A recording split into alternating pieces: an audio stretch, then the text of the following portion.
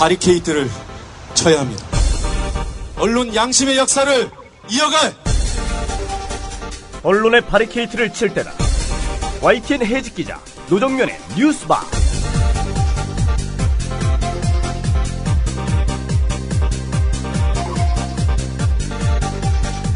안녕히 주무셨습니까? 9월 둘째 주 뉴스바 문이 열렸습니다. 9월 9일 오늘은 어떤 뉴스들이 마련되어 있는지 메뉴판부터 살펴보도록 하겠습니다. 검찰이 국정원 트위터 계정 400여 개를 찾아냈다고 하죠. 내란 음모 사건에 묻혀버릴까 우려됐던 국정원 대선 개입 수사, 어떻게 진행되고 있는지 민주당 진상조사특위의 진선미 의원 통해 알아보겠습니다. 서울시 탈북자 공무원 간첩 사건, 이른바 화교 남매 간첩 사건에서 간첩 피의자의 변론을 맡아 무죄를 이끌어낸 장경욱 변호사를 만나보겠습니다. 이 사건을 둘러싸고 여론몰이에 나섰던 언론들과 사건의 이면을 추적해 조작 의혹을 제기한 언론, 이 부분은 특종의 진수 코너에서 가려보겠습니다. 기발한 풍자 시사 애너그램 공갈에서는 통합진보당 이정희 대표의 이른바 농담 발언을 재구성해봅니다. 저는 잠시 광고 듣고 오겠습니다. 여우처럼 쇼핑하자 폭스마켓. 국내 최저가 판매 나노 금칫솔. 오픈마켓 최저가보다도 더 싸다. 국민의 48%가 살 때까지 단돈 1만 원에 무조건 무료 택배로 드립니다. 치약의 혁명 N47 플라즈마 치약. 기면활성제, 방부제, 사카린을 전혀 사용하지 않았습니다. 일반 치과 판매가보다 무려 70% 저렴하게 드립니다. 국민TV와 함께하는 참 좋은 쇼핑몰 폭스마켓. 문의는 1566-5476. 검색창에 폭스마켓을 입력하세요. 폭스마켓.co.kr. 우리라이프 상조 영업사원 홍대리입니다. 우리라이프 상조는 신설상조 회사입니다.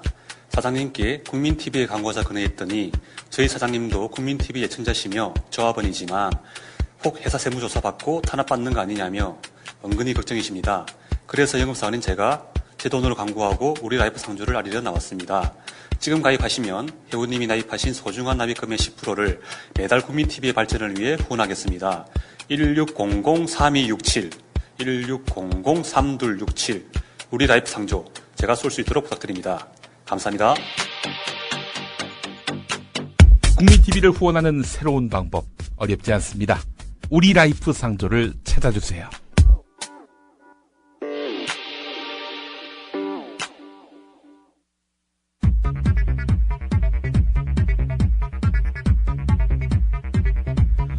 오늘 아침 눈에 들어오는 주요 뉴스들 정리해 보겠습니다. 새누리당이 단독 국회 카드를 꺼냈습니다. 새누리당은 오늘까지 정기국회 의사 일정 합의가 이루어지지 않을 경우 새누리당이 위원장을 맡고 있는 상임위원회 결산안 심사를 강행하는 등 단독으로 국회를 운영하겠다고 밝혔습니다. 이 같은 새누리당의 압박에 민주당은 새누리당이 사실상 국회 파행 선언을 한 것이라며 여당의 일방적인 일정 제시에 끌려다니지 않겠다고 밝혔습니다. 김한길 대표는 새누리당의 뿌리가 독재 정권, 군사 쿠데타에 있다고 말하며 각을 세웠습니다. 김 대표의 말입니다. 이석기 연체판을 신속하게 처리했듯이 이제 국정원을 하루속히 개혁해내야 합니다. 새누리당은 그 뿌리가 독재 정권, 군사 쿠데타 세력에게 있기 때문에 민주주의의 역사를 부정하고 시대의 변화를 거부하면서 틈만 나면 종북몰이 메카시즘을 기대기에 여념이 없습니다. 국정원이 통합진보당 이석기 의원에 대해 여적죄를 적용할 것이라는 보도가 나오고 있습니다. 이 사건을 3년 이상 수사했다는 국정원이 범죄 혐의를 뒤늦게 추가하고 있는 것도 문제지만 이번에는 한국전쟁 이후 적용된 적이 없어서 사실상 사문화된 여적죄까지 들고 나왔다는 점에서 빈축을 사고 있습니다. 이석기 의원은 계속 묵비권을 행사하며 진술을 거부하고 있습니다. 이명박 전 대통령의 친형으로 지난 정권에서 상황으로 불렸던 이상득 전 의원이 오늘 새벽 출소했습니다. 영업정지된 저축은행으로부터 불법 정치자금을 받은 혐의로 구속 수감됐던 이상득 전 의원은 1심에서 징역 2년을 선고받았으나 항소심에서 징역 1년 2개월로 감형돼 이번에 형기를 마치게 됐습니다. 역사 왜곡 논란을 일으키고 있는 교학사의 한국사 교과서가 5.16 쿠데타 관련 사료까지 조작했다는 지적이 나왔습니다. 민주당 유기홍 의원은 교학사가 5.16 혁명 공약을 실으면서 민정 이양 후 임무 복귀를 약속했던 제6항을 삭제했으며 이는 쿠데타 세력을 미화하기 위한 의도적인 사료 조작이라고 주장했습니다. 대형 복합 상영관 메가박스가 영화 천안함 프로젝트의 상영을 중단하는 일이 벌어졌습니다. 메가박스 측은 일부 단체의 협박이 있었다고 밝혔으며 제작사와 영화인들은 표현의 자유를 침해하는 중대한 사태로 규정하고 정치적 외압 여부 등 진상규명에 나선다는 입장입니다. 오늘 오전 11시 프레스센터에서는 이와 관련한 영화인 긴급 기자회견이 열립니다. 일본 도쿄가 후쿠시마 악재에도 불구하고 2020년 하계올림픽 개최지로 선정됐습니다. 올림픽 유치 성공에 따른 지지율 상승이 예상되는 아베 정권이 우경화에 더욱 속도를 낼 것이라는 우려가 나오고 있습니다. 간추린 뉴스였습니다.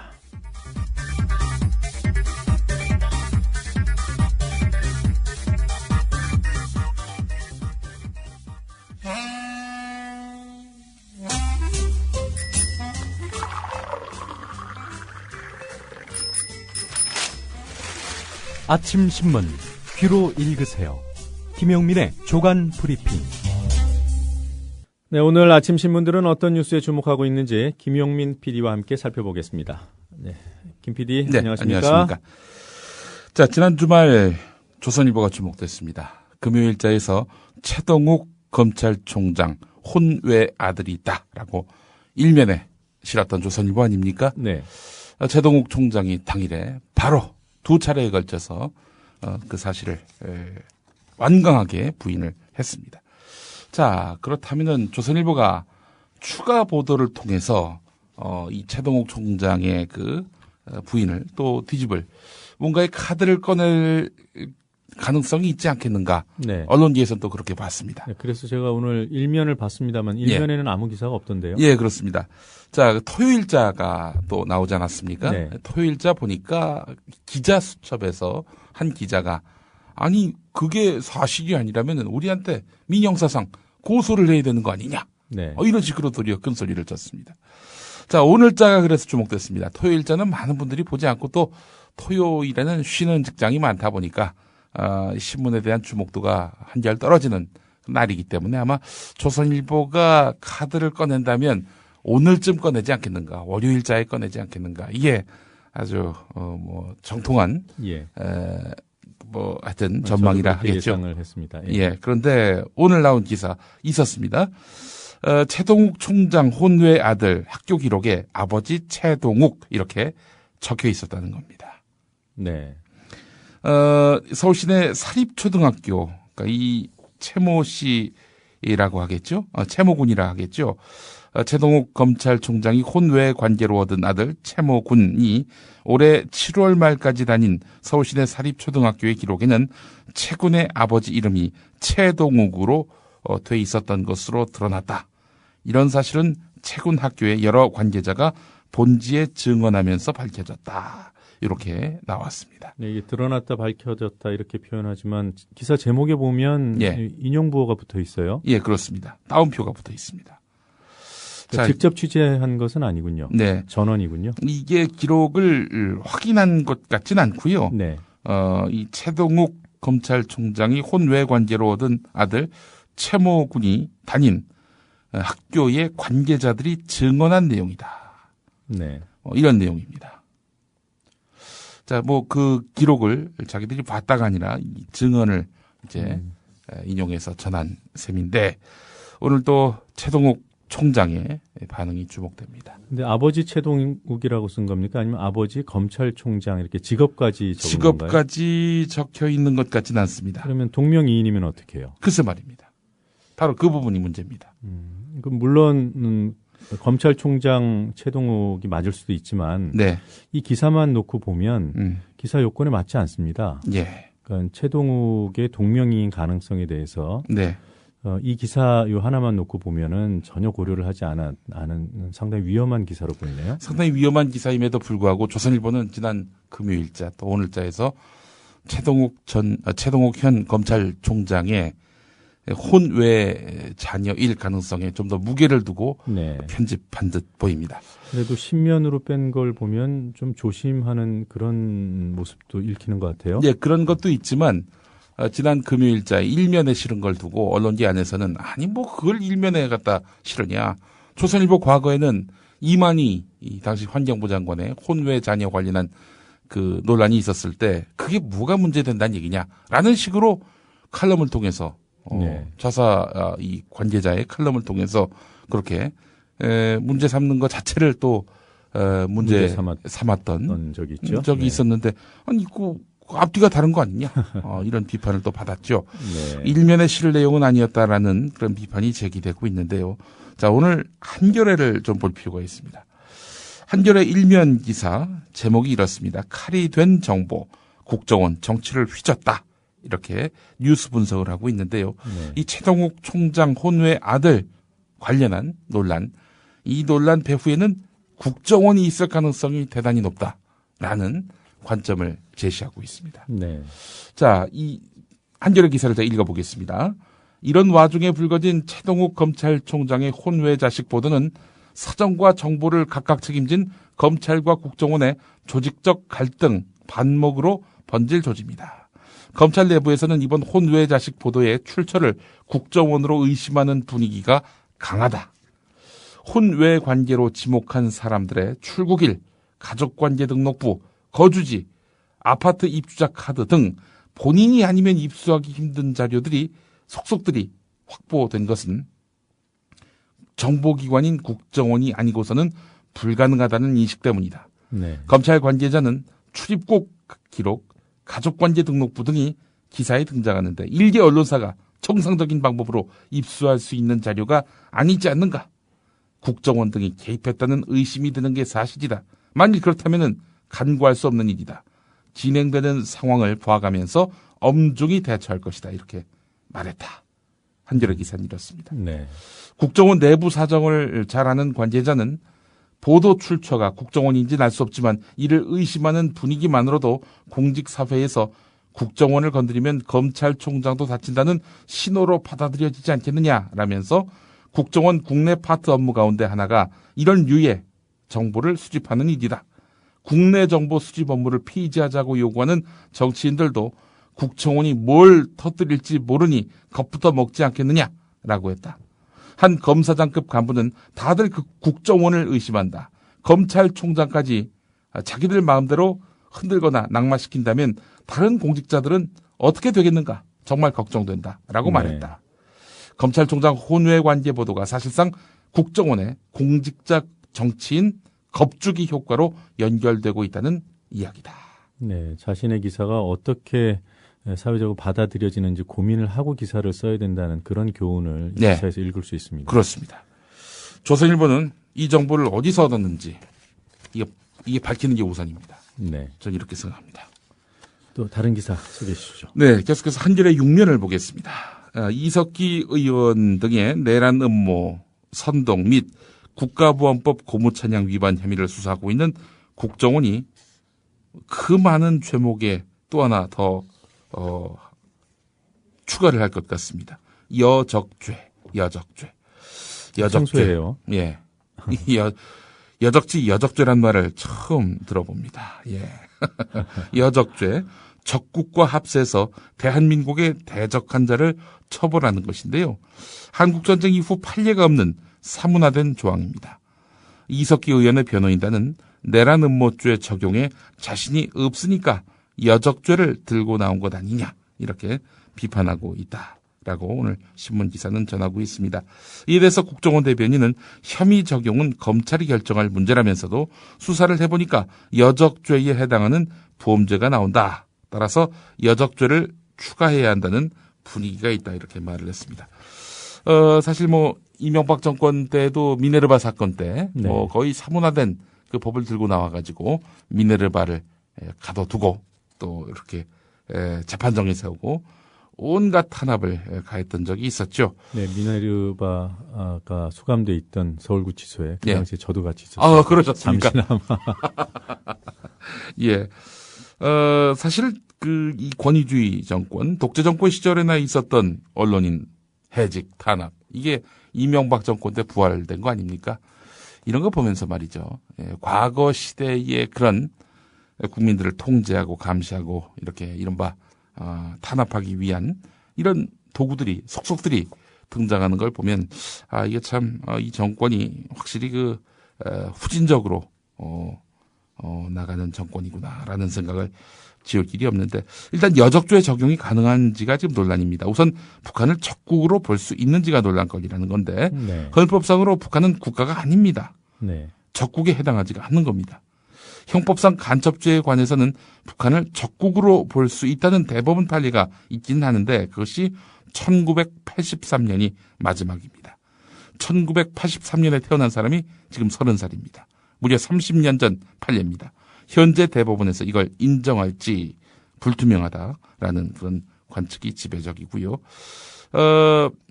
이석기 의원의 공동 변호인단은 내라는 모죄가 터무니없다는 것을 자인한 국정원의 여론몰이 정치다라고 비판하고 있는데 3년 이상 추적, 감청해온 국정원이 사건을 공식화한 지 열흘도 안 되는 시점에 내란 음모죄의 적용이 어렵게 되니까 여적죄 운운한 것은 내란 음모죄가 터무니없다는 것을 자인하는 것이며 이번 사건이 얼마나 근거 없는 상태에서 정치적 목적을 위해 시작된 것인지를 보여준다 이렇게 밝히고 있는데요. 네. 하지만 한겨레가 이렇게 보도하는 반면에 어떤 보수신문은 이석기가 빠져나갈 구멍을 이제 찾지 않겠는가. 그 구멍들을 모두 차단하는 그런 효과를 국정원이 노리고 있다라면서 국정원을 또 이렇게 두둔하고 나섰습니다. 그러니까 그 말은 애초에 그 허술한 그물망이었다 이렇게 얘기하는 그렇습니다. 있죠. 뭐 정치권 법조계에 의해서는요. 내란 음모 혐의 적용이 불가능하다라는 것이 아주 중론입니다.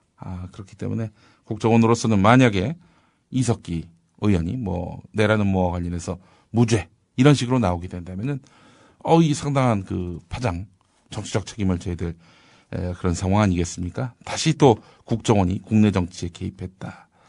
이 점이 또 국민적법 그 논란의 도마 위에 오를 것이고요. 네. 그런 것들을 차단하기 위해서 어떻게든 이석기를 묶어두는 것이 조직의 생존을 위해 꼭 필요하다라고 판단을 해서 여적죄를 끌어들인 것이 아닌가. 이렇게 또 볼 수 있습니다. 네, 그런 의미에서 한국일보 기사 제목이 눈에 들어옵니다. 핵심은 정치 개입 근절. 그렇습니다. 있군요. 한국일보 오늘 3면 기사인데 이 국정원 대선 개입 의혹을 둘러싸고 여야 대치가 장기화되고 있는 가운데 국정원 개혁 문제가 이제 정기국회의 최대 현안이 됐다. 따라서 국정원 개혁 요구는 어느 때보다도 거센데 여야 간의 입장은 어떤지 이렇게 분석을 해놓은 기사입니다. 네. 새누리당은 정보 수집 활동을 제한하는 데는 동의를 하고 있는 형편입니다. 하지만 국정원이 자체 개혁안을 내놓아야 한다. 그 뒤에 국회정보위원회에서 비공개로 논의할 수 있다 이런 겁니다. 새누리당으로서는 앞뒤가 맞지 않아요. 뭐 국정원 덕봐서 지난 대선 승리한 게 아니다라는 입장이고 또 지난 그 국정조사 특위 활동을 보게 되면은 국정원이 잘한 거 아니냐? 이게 바로 새누리당 의원들의 아주 일관된 논지 아니었습니까? 그렇기 때문에 개혁이 불필요한데 왜 개혁에는 또 동조하겠다는 건지, 그건 일단 의문이고요.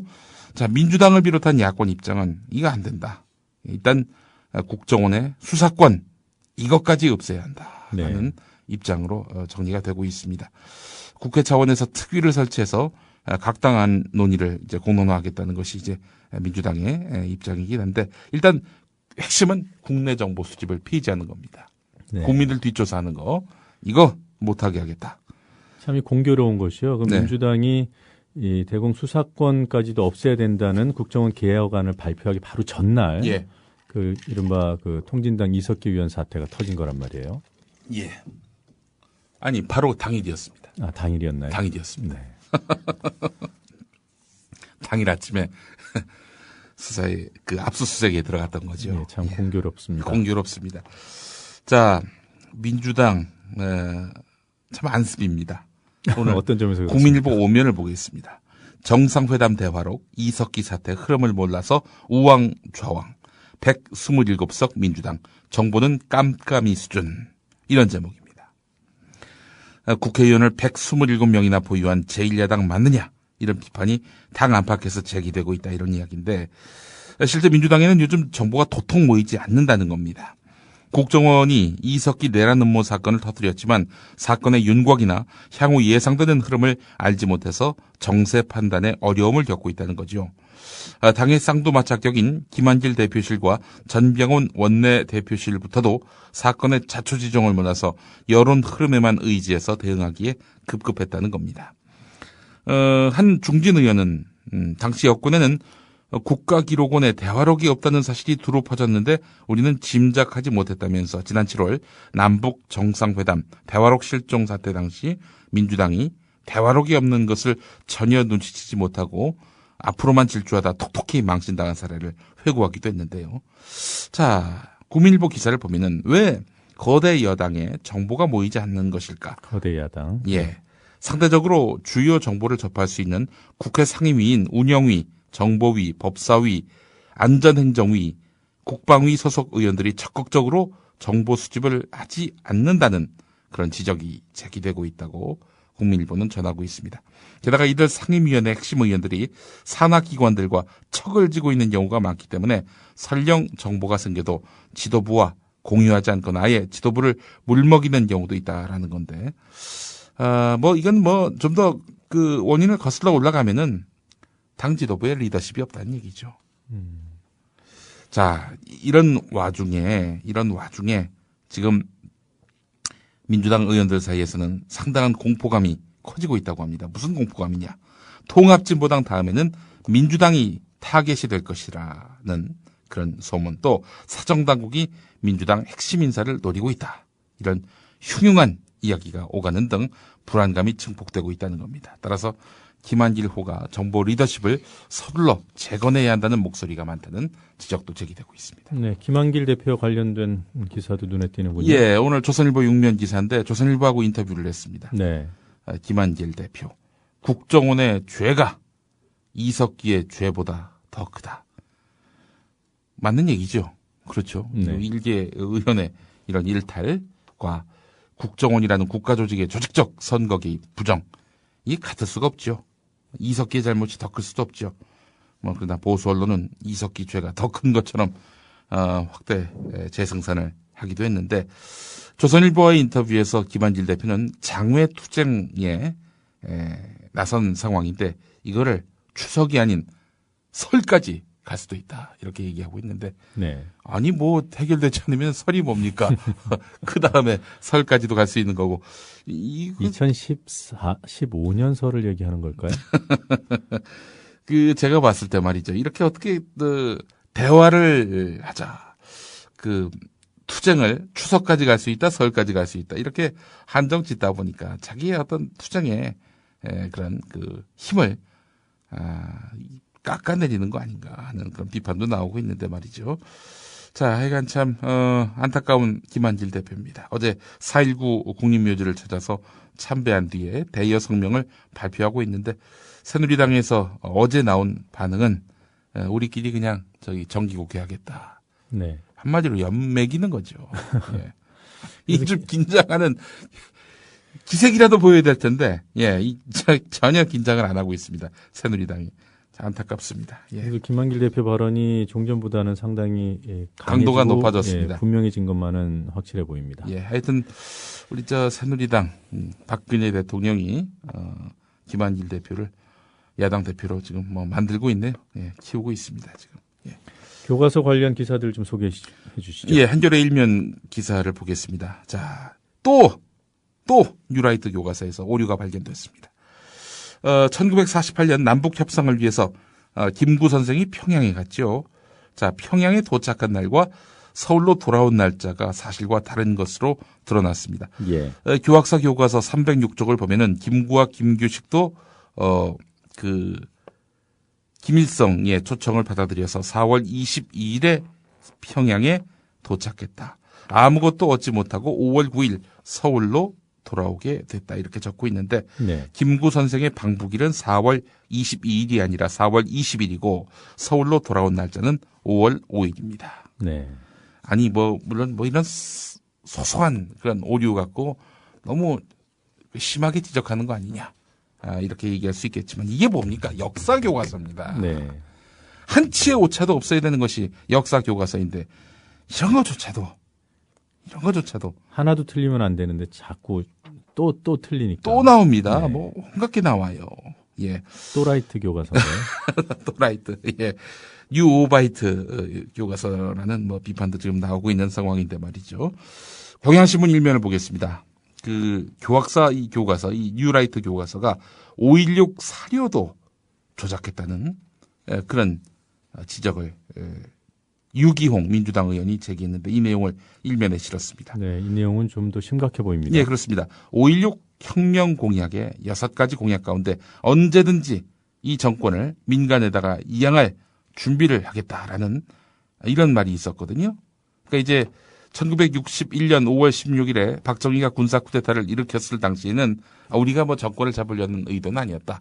우리는 완전히 이제 망가지고 있는 이 나라를 바로잡기 위해서 잠시간 권력을 잡지만 언제든 능력 있고 참신한 그런 정치인들에게 이 정권을 넘겨줄 준비를 하겠다라고 밝혔습니다. 근데 이 네. 내용을 뺐다는 거죠.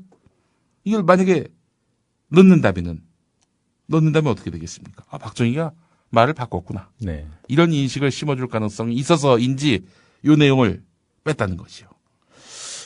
자, 참 이것은 뭐 의도적 삭제로 볼 수밖에 없다는 게 유기홍 의원의 그 입장인데요. 객관적인 사료조차 제대로 싣지 않는 교과서가 국사편찬위원회 검정심의에서 합격했다는 것은 현 정권이 박근혜 정권이라는 거 말고는 뭐 달리 해석할 길이 없습니다. 네. 자, 일본 언론이 말이죠. 이 뉴라이트 교과서가 일본 식민 지배를 찬양한다라는 그런 보도를 제기해서 또 눈길을 끕니다.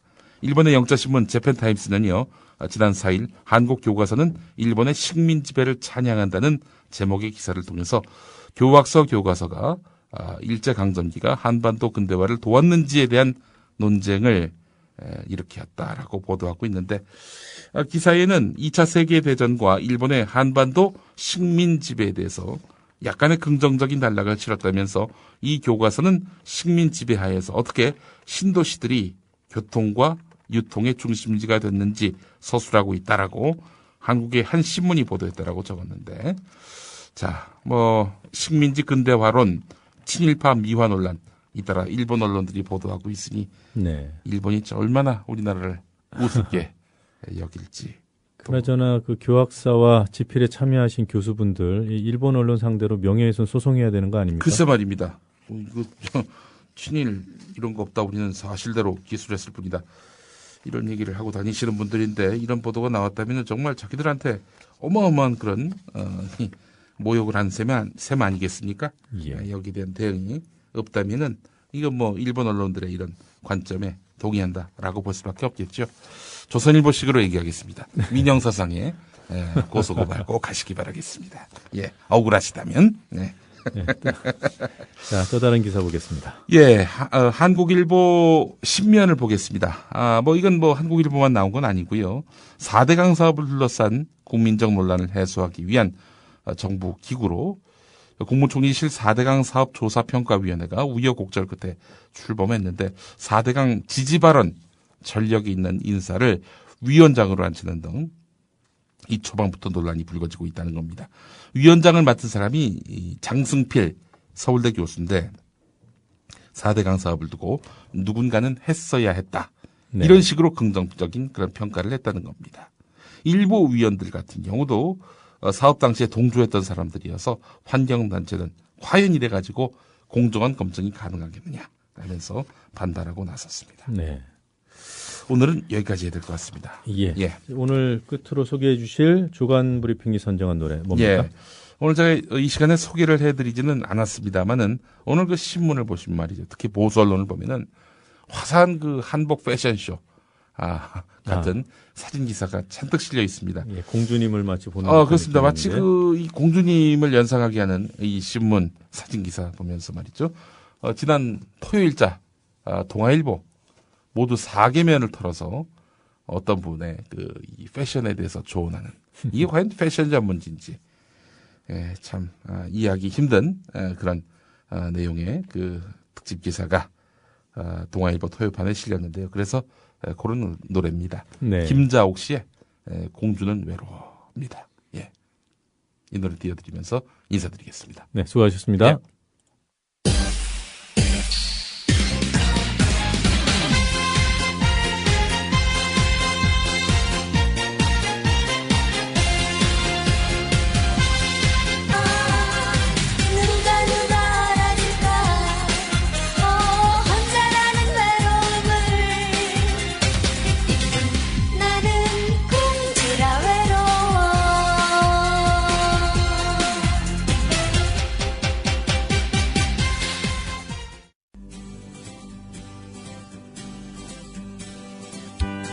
막간 퀴즈입니다.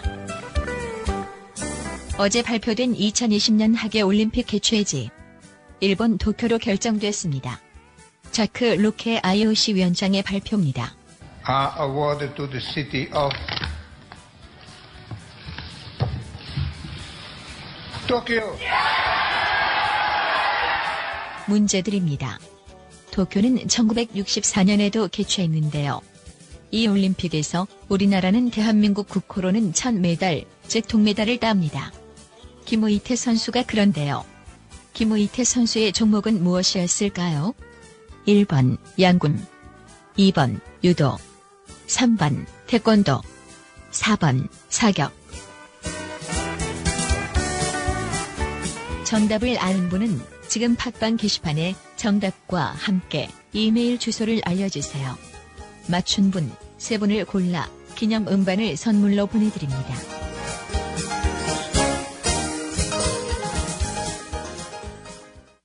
그 돌발 영상을 보실 때마다 그 뒤에 숨은 제작자가 궁금하지는 않으셨습니까? 돌발 영상 노종면 PD. 자, 국보 1호 숭례문의 붕괴 가능성이 시간이 갈수록 더 커지고 있습니다. 네, 현장 상황을 좀 정리를 해주셔야겠어요.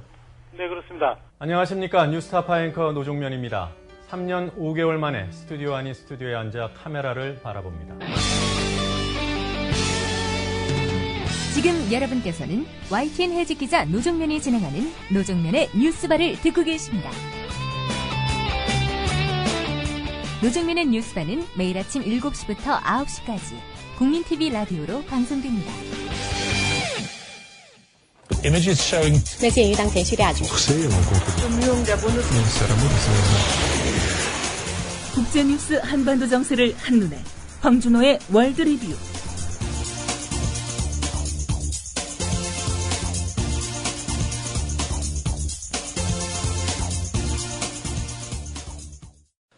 한반도와 지구촌을 둘러보는 시간입니다. 밤새 어떤 뉴스들이 들어와 있는지 국제뉴스 전문 캐스터 황준호 기자 연결해서 알아보겠습니다. 황 기자. 안녕하십니까? 네. 자, 호주 총선 얘기부터 해볼까요? 예. 토요일에 선거가 있었는데요. 보수 야당인 자유당과 보수당의 야권연합이 자유당과 국민당의 야권연합이 하원 150석 중에서 88석을 차지하면서 승리했습니다. 네. 호주는 2007년부터 노동당이 집권해 왔는데요. 자유당이 국민당과의 연정을 약속하면서 6년 만에 정권을 되찾아왔습니다. 경제가 가장 큰 이슈였던 선거였는데 호주는 중국에다가 석탄 이런 원자재를 팔아서 먹고 사는 나라라고 해도 과언이 아닌데요. 중국 경제가 최근에 점점 둔화되면서 호주까지 타격을 받아왔습니다. 보수 야당들은 경제 위기론으로 이 문제를 좀 부풀려서 표심을 잡았고요. 또 노동당 시절에 환경을 위해서 도입했던 광산세, 탄소세 이런 것들도 쟁점이었는데 보수 야당이 이걸 없애겠다고 한 게 주요했다는 분석입니다. 네, 또 어떤 쟁점들이 있었습니까? 난민 정책이 있었는데요. 자유당은 노동당의 온건한 정책 때문에 난민이 밀려 들어온다고 주장하면서 난민 유입을 원천 봉쇄하겠다라는 공약을 내놨는데 이것도 근본적으로는 경제 문제에 닿아 있었습니다. 그리고 쟁점이라기보다는 유권자들이 집권 노동당한테 마음을 돌린 이유가 있었는데 과도한 당권 투쟁이었습니다. 부총리가 당내 정변을 통해서 당수가 되고 총리 자리를 빼앗고 또 그러다가 인기가 없어지니까 다시 전직 총리를 내세우는 것 이런 걸 보면서 국민들이 노동당한테 염증을 느꼈다는 얘기입니다. 네. 자, 우리에게도 매우 현실적으로 다가오는 소식이 있군요. 언론이 이번 선거에 영향을 크게 미쳤다고 해요? 호주는 언론 재벌 루퍼트 머독의 고국입니다. 네. 머독은 호주 신문 시장의 70%를 장악하고 있을 정도로 호주 여론에 엄청난 영향을 미치는 그런 체제를 만들어 놨는데요. 자기가 소유하는 언론을 동원해서 보수 야당을 직접 지원했습니다. 5주간의 선거운동 기간에 자기 소유의 매체를 동원해서 노동당의 러드 총리를 나치에 비유하기도 하면서 선거에 개입했다라는 비난을 받았는데 이번에 새로 총리가 된 자유당의 에벗 대표는 모독이 소유한 신문에서 과거에 기자 생활을 했었던 그런 인연도 있고 또 무엇보다 이념적으로 모독하고 맞았기 때문에 이렇게 사실상의 지원 활동을 했습니다. 예. 자, 일본 도쿄 올림픽 개최지로 선정이 됐습니다만 원래는 후쿠시마 원전 문제 때문에 어려울 것이다 이런 전망이 있지 않았습니까? 그렇습니다. 아르헨티나에서 열린 IOC 총회에 아베 총리가 직접 가서 방사능 오염의 영향은 후쿠시마 제1원전 항만 내부 0.3제곱킬로미터 범위 안에서 완전히 차단되고 있다라는 말을 했습니다.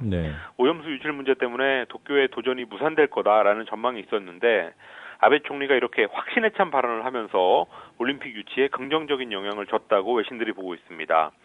그렇지만 아베 총리가 과연 진실을 얘기하느냐라는 게 논란인데요. 일본 교도통신은 하루 300톤의 오염수가 바다로 새어나가는 걸로 추정된다라고 하면서 아베가 거짓말을 했다는 식으로 기사를 썼습니다. 후쿠시마 원전에서 일하는 근로자의 인터뷰를 실었는데요. 그런 말을 해도 괜찮은가라는 논평을 했고요. 또 교토대학의 한 전문가는 총리가 뭘 근거로 오염수가 통제되고 있다고 하는지 모르겠다. 질려버렸다라고 논평했습니다. 네, 그러나 이런 것보다는 아베 총리의 유치 공로 이 부분이 더 언론에서 강조를 하고 있으니까 일본 우경화 조금 더 우려하지 않을 수 없습니다. 자, 에이즈 완치할 수 있는 그런 기대를 해도 되는 건가요? 후천성 면역결핍증 에이즈를 조기에 발견해서 치료한 환자가 일반인의 평균 수명하고 비슷하게 사는 사례가 잇따르면서 에이즈 치료가 새로운 전기를 맞고 있다고 독일의 시사주간지 슈피겔이 보도했습니다.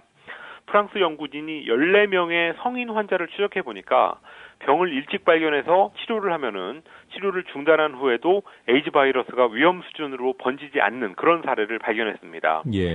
또 미국에서는 지난 3월에 에이즈에 걸린 상태에서 태어난 아이가 집중적인 치료로 완치됐던 경우도 있었습니다. 이러다 보니까 에이즈 치료가 지금까지는 바이러스가 확산되지 않게 관리하는 것에 중점을 뒀다면 이제부터는 완치법을 개발하는 쪽으로 바뀌고 있는데요. 에이즈보다 흡연이 더 문제다라는 독일 전문가의 말이 아주 인상적이었습니다. 네. 자, 위안부 소녀상 그림을 우체국 소인으로 쓰기로 한 미국 도시가 있다죠. 어디입니까? 미국에서 최초로 위안부 소녀상을 세웠던 캘리포니아주의 글렌데일시입니다. 우체국의 우편물에 찍는 도장에다가 소녀상을 새긴 특별 소인을 9월 한 달 동안 사용하기로 했습니다. 위안부 소녀의 모습하고 또 초승달 하나, 별 2개 이런 그림을 그려 넣었는데요. 일본이 사죄를 거부하는 것을 나타내기 위해서 소녀의 모습은 반쪽만 그려 넣었습니다. 재미교포 최정락 씨라는 분이 지난달에 미국 연방우정국에다가 특별소인 지정 청원을 냈고 연방우정국이 그걸 승인하고 또 글렌데일 중앙우체국이 채택하면서 가능했던 일이었습니다. 자, 오랜만에 북핵 육자회담 관련 소식이 있어요. 어떤 얘기입니까? G20 정상회의에서 시진핑 중국 주석하고 오바마 미국 대통령이 만났는데요.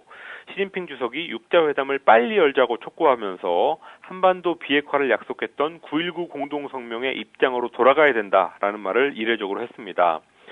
얼마 전에 중국의 육자회담 수석대표죠. 우다웨이 한반도 사무 특별대표가 북한에 갔다 온 후에 북한의 대화 의지를 확인했다라는 말을 했었는데요. 그걸 계기로 해서 중국이 미국을 이렇게 압박하고 있습니다. 중국은 육자회담 수석대표들하고 또 민간 전문가가 참석하는 반관 반민 회의를 열자라는 제안도 현재 해놓은 상태입니다. 네, 미국 반응은 어떻습니까? 기존에 경직된 자세를 계속 보였습니다.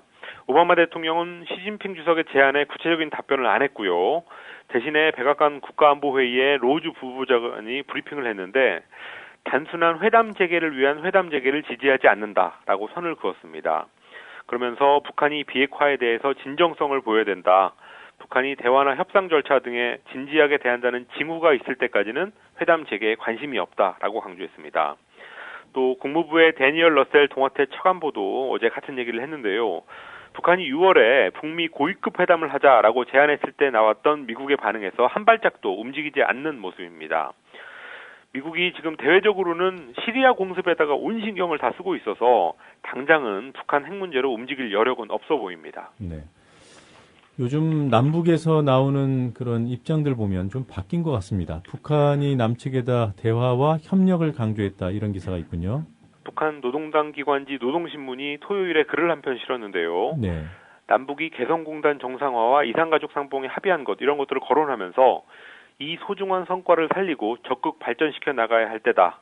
그 방도는 대화와 협력을 다방면으로 확대하는 거다라고 말했습니다. 네. 또 그러면서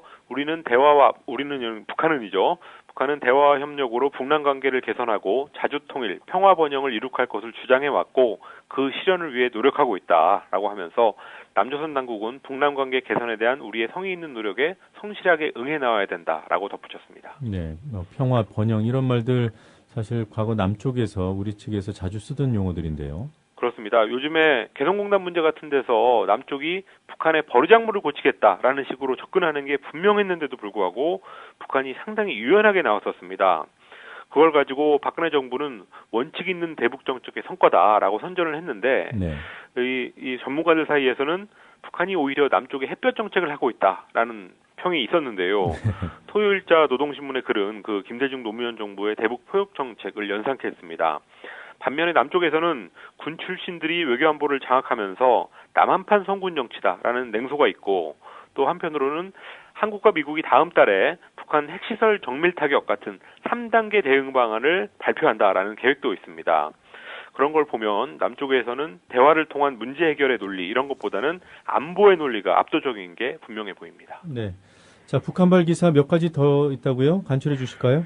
노동신문이 어제 이석기 의원 구속과 관련된 논평을 냈는데요. 예. 자기들하고 억지로 연결해 보려는 모략이다라고 규정하면서 그러니까 통진당 쪽의 행동은 누구의 지령이나 강요에 의해서가 아니라 자발적인 의사에 따른 거다라고 논평했습니다. 지난 6일 대남기구인 조국평화통일위원회 조평통 서기국이 보도라는 것을 낸 후로 3일 연속으로 이렇게 같은 메시지를 내고 있습니다. 또 다른 소식으로는 왕년의 NBA 스타 데니스 로드먼 얘기인데요. 네.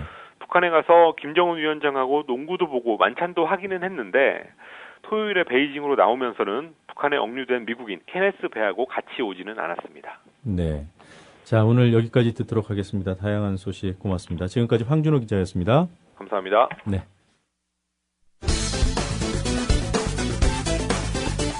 지난주 토요일 저녁 국정원 선거부정 규탄 촛불 집회. 방송 뉴스 중 MBN 혼자 그것도 딱 한 줄 보도하는데 바로 이 내용. 한편 이석기 사태의 중심에 서 있는 통진당 지도부도 평소와 달리 서울 청계광장 촛불 집회에 불참했습니다. 시민 얼마가 참석했다도 아니고 통진당이 불참했다가 기사의 전부. 집권 세력이 가장 예의주시하는 촛불 집회, 뉴스 가치가 없었던 것은 아닐 텐데. 그날 나온 이야기. 안녕하세요. 저는 박정희 전 대통령 생가가 있는 구미에서 올라온 상고등학교 2학년 최건호입니다. 저는 구미가 고향입니다. 근데 국정원 사태를 지켜보면서 구미시에서 태어난 것이 너무나 부끄럽습니다. 우리는 학교에서 정의를 배웁니다. 불의에 굴복하지 말라고 배웁니다. 법을 지키라고 배웁니다.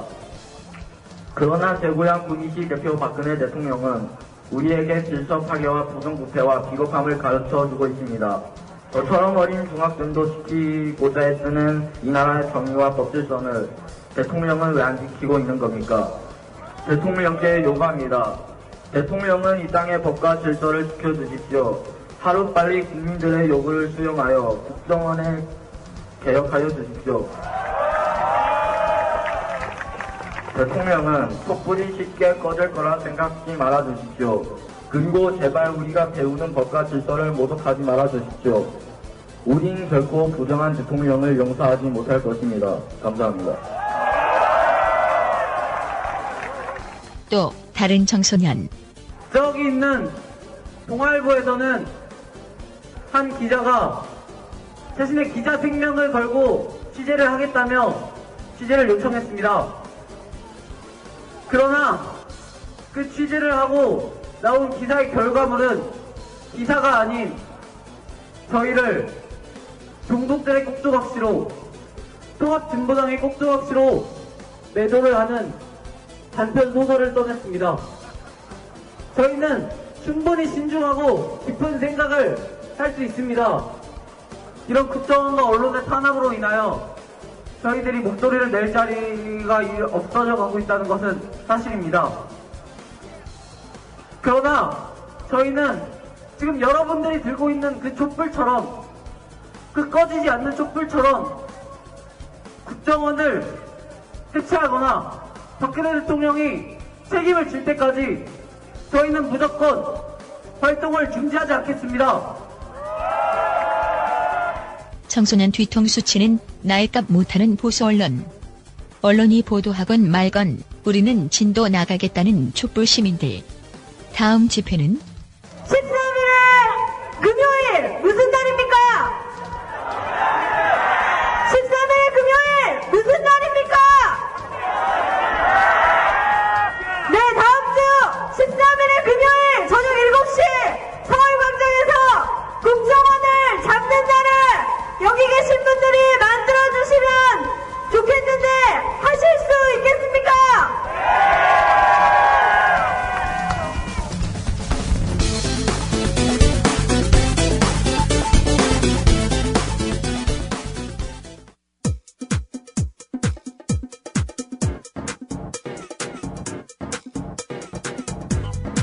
노정면의 뉴스바, 이제는 이슈 탐험입니다.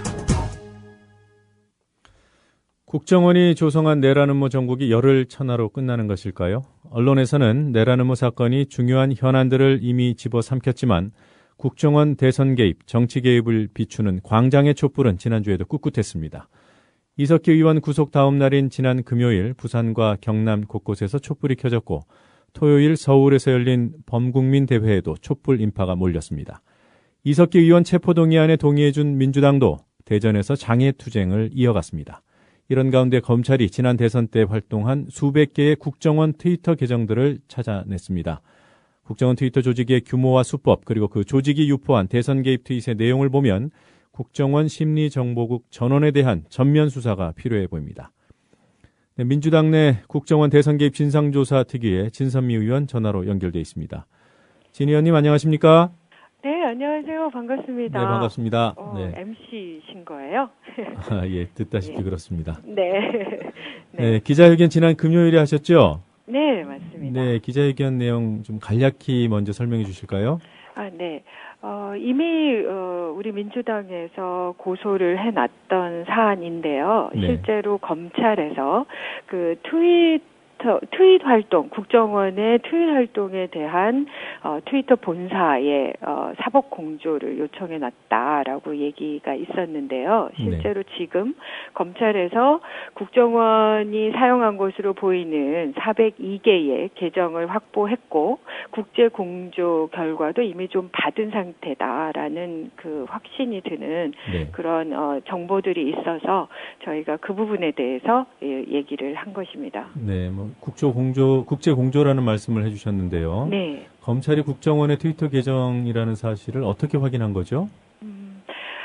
지난번에 아마 뉴스타파라는 그 언론에서 또 그 보도를 한 바가 있는데요, 5월에. 네. 검찰도 역시 그 국정원으로 추정되는 트위터들의 그 예전 원세훈 전 원장의 지시강조 말씀을 근거로 해서 다양한 분석을 한 것 같습니다. 네. 그래서 그걸 전제로 해서 그 국정원 추정 트위터들의 국내 이메일 계정과 이름, 생년월일, 주민번호, 뭐 휴대전화번호 이렇게 인적 사항들을 쭉 확인을 해서 전체적으로 파악을 해서 402개의 계정으로 이렇게 정리가 된 것 같습니다. 네, 트위터 본사가 외국에 있기 때문에 그 트위터 본사에서 이메일 계정들을 확인해 준 건가요? 지금 그러니까 그 부분도 있을 테고요. 실제로 국내 안에서도 대형 그 정보 업체라는 게 있더라고요. 네. 그래서 그 부분들 관련해서 그 관계자를 통해서 그쪽에 압수수색을 한 것 같습니다. 그래서 실제로 트윗이 삭제되더라도 그 트윗들을 그 당시 이렇게 다 끌어다가 이렇게 보관하고 있는 그런 업체들이 답니다. 그래서 그 업체들에게 압수수색 영장을 통해서 자료들을 확보하고 또 그 자료를 전제로 해서 대형 포털 사이트에도 그 개인정보에 관한 부분들을 압수수색이나 수사 협조를 통해서 그 모든 개인정보 자료들을 확보해서 확인 작업을 한 걸로 알고 있습니다. 지금 말씀하신 그 402개의 계정들 네. 언제 만들어진 거죠? 그러니까 이제 이번에 그 원세훈 전 국정원장의 재판 국면이 시작되고 있고요. 네. 그리고 또 민병주라는 그 심리정보국장에 대한 증인신문 과정에서도 몇 가지 사실이 드러났는데요. 실제로 작년이 아니군요. 그 서울시장 박원순 시장이 당선된 서울시장 재보궐선거 즈음에 원세훈 전 국정원장이 전 부서장 회의를 통해서 새누리당의 나경원 후보에 대한 그 1억 원 피부과 그 부분에 관한 그 어떤 인터넷 SNS 상의 여론이 악화돼서 어떤 그런 패배의 결과를 얻었다라고 하면서 매우 독려를 합니다. 그리고 나서 전격적으로 2012년 11월경에 12월경에 그 SNS에 대한 추가 어떤 그 대응을 촉구했고요.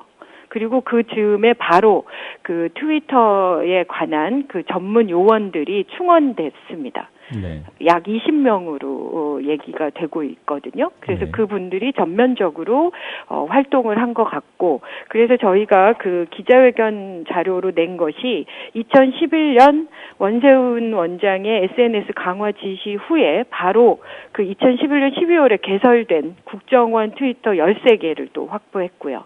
그래서 그것이 거의 비슷한 시기에 개설이 된 걸로 보이는 것을 비춰보면 역시 그게 사실에 가깝다 이렇게 생각이 됩니다. 네, 정리를 해보면 2011년 11.6 서울시장 재보궐선거 직후에 원세훈 당시 국정원장의 트위터 활동 강화 지시가 있었고 그에 따라서 그 즈음에 요원들이 충원이 됐는데 바로 그 시기에 트위터 계정들이 13개 일단 확인된 것이 13개라는 거죠. 그렇습니다. 자, 이 국정원이 사용한 것으로 파악했다는 건 계정 주인이 국정원 직원일 수 있다는 말일 텐데 지금 말씀하신 것처럼 그 계정 수는 400여 개인데 그 당시 2011년 말에 개설된 건 13개잖아요. 네네. 그 이외의 것들도 다 국정원 직원들 것으로 보는 겁니까?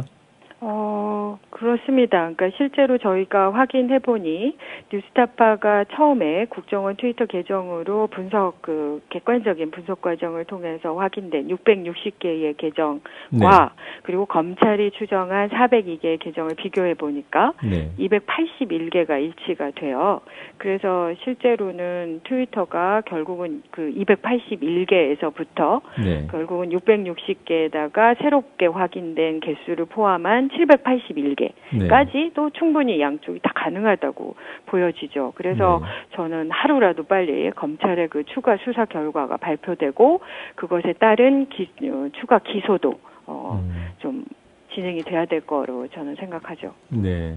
지금 일단 밝혀진 국정원 직원 계정은 누들누들 그리고 또 태산포 그리고 또 진유나 이렇게 3명인 것으로 아는데 이번에는 계정이 국정원이 사용했다 여기까지만 파악된 거고 아직 그 파악된 계정들의 진짜 주인이 누구인지는 조금 더 수사가 진행돼야 된다 이렇게 이해하면 되겠습니까?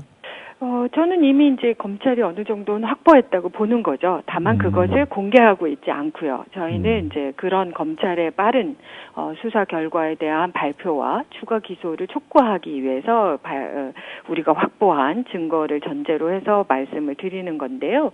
일단 말씀하신 그 3개의 건 말고도 확실하게 그나마 국정원 직원으로 보이는 것이 10개 정도 되는 거거든요. 그러니까 나머지 7개도 있는 거, 7 정도가 더 있고요. 그리고 SNS 추가 20명에 대해서 스스로 얘기하고 계신 바가 있기 때문에 국정원 쪽에서요. 그래서 그 부분들이 전부 이것과 관련돼 있다라고 저는 거의 확신하고 있습니다. 너무 심각한 일 아닙니까? 그 민주당 차원에서 먼저 그 신분을 공개하실 생각은 없습니까? 그게 참 어려운데요. 일단 알고 계시지만 국정원이라는 지금, 그러니까 이 모든 관계자와 새누리당 의원들이 실제로 드러나 있는, 그러니까 이번 재판 과정에서 우리가 예의주시해야 될 것이요. 네. 국정조사 과정에서는 우리는 입법기관이지 않습니까? 그래서 강제수사권이 없고 자료 제출 요구권만 있는 건데 네. 그 과정에서 가장 중요한 정보들을 가지고 있는 국정원도 전혀 거의 협조하지 않았고요. 자신들에게 유리한 정보들만 제공했고 검찰은 단 한 개의 수사도 제대로 자료를 주지 않았습니다. 그렇기 때문에 재판 과정에서야 비로소 검찰이 어떤 증거들을 갖고 있는지가 드러나고 있거든요. 공개신문 과정에서. 근데 그 안에서 들여다보니 정말 엄청난 그런 사실상의 증거들이 매우 많이 확보가 돼 있었다는 것이 드러나고 있습니다. 그것과 관련해서도, 그러니까 이 사안에 대해서도 검찰이 점점 본인들이 가지고 있는 그런 자료들을 어쨌든 재판 과정에서만 공개할 수밖에 없으니까요. 네. 그래서 그 안에서 많이 드러날 거라고 생각됩니다. 네. 조금 전에 말씀하셨던 2011년 말에 심리정보국에 충원된 13명. 20명이, 그러니까 그분들은 20명이라고 했고요. 예, 20명. 예. 그분들이 이제 13개의 계정을 만들었다고 했죠. 네네. 그러니까 일단 확인된. 네. 그러면 그 13개 계정의 주인은 그 20명 중에 일부라고 보시는 겁니까? 당연하죠. 왜냐하면 국정원이라는 거가 지금 말씀드린 거는 단순하게 얘기했지만 복잡한 그 확인 과정이 있었던 거거든요. 네. 그래서 거의 확실시 됩니다. 그러니까 단순히 그 시기가 겹쳤다라는 것 말고도 다른 근거를 갖고 계시다는 말씀이시군요. 그렇죠. 아까 말씀드렸지 않습니까? 그러니까 일단 대량 정보를 이렇게 무조건 갖다가 이렇게 보관하고 있는 업체가 있고요.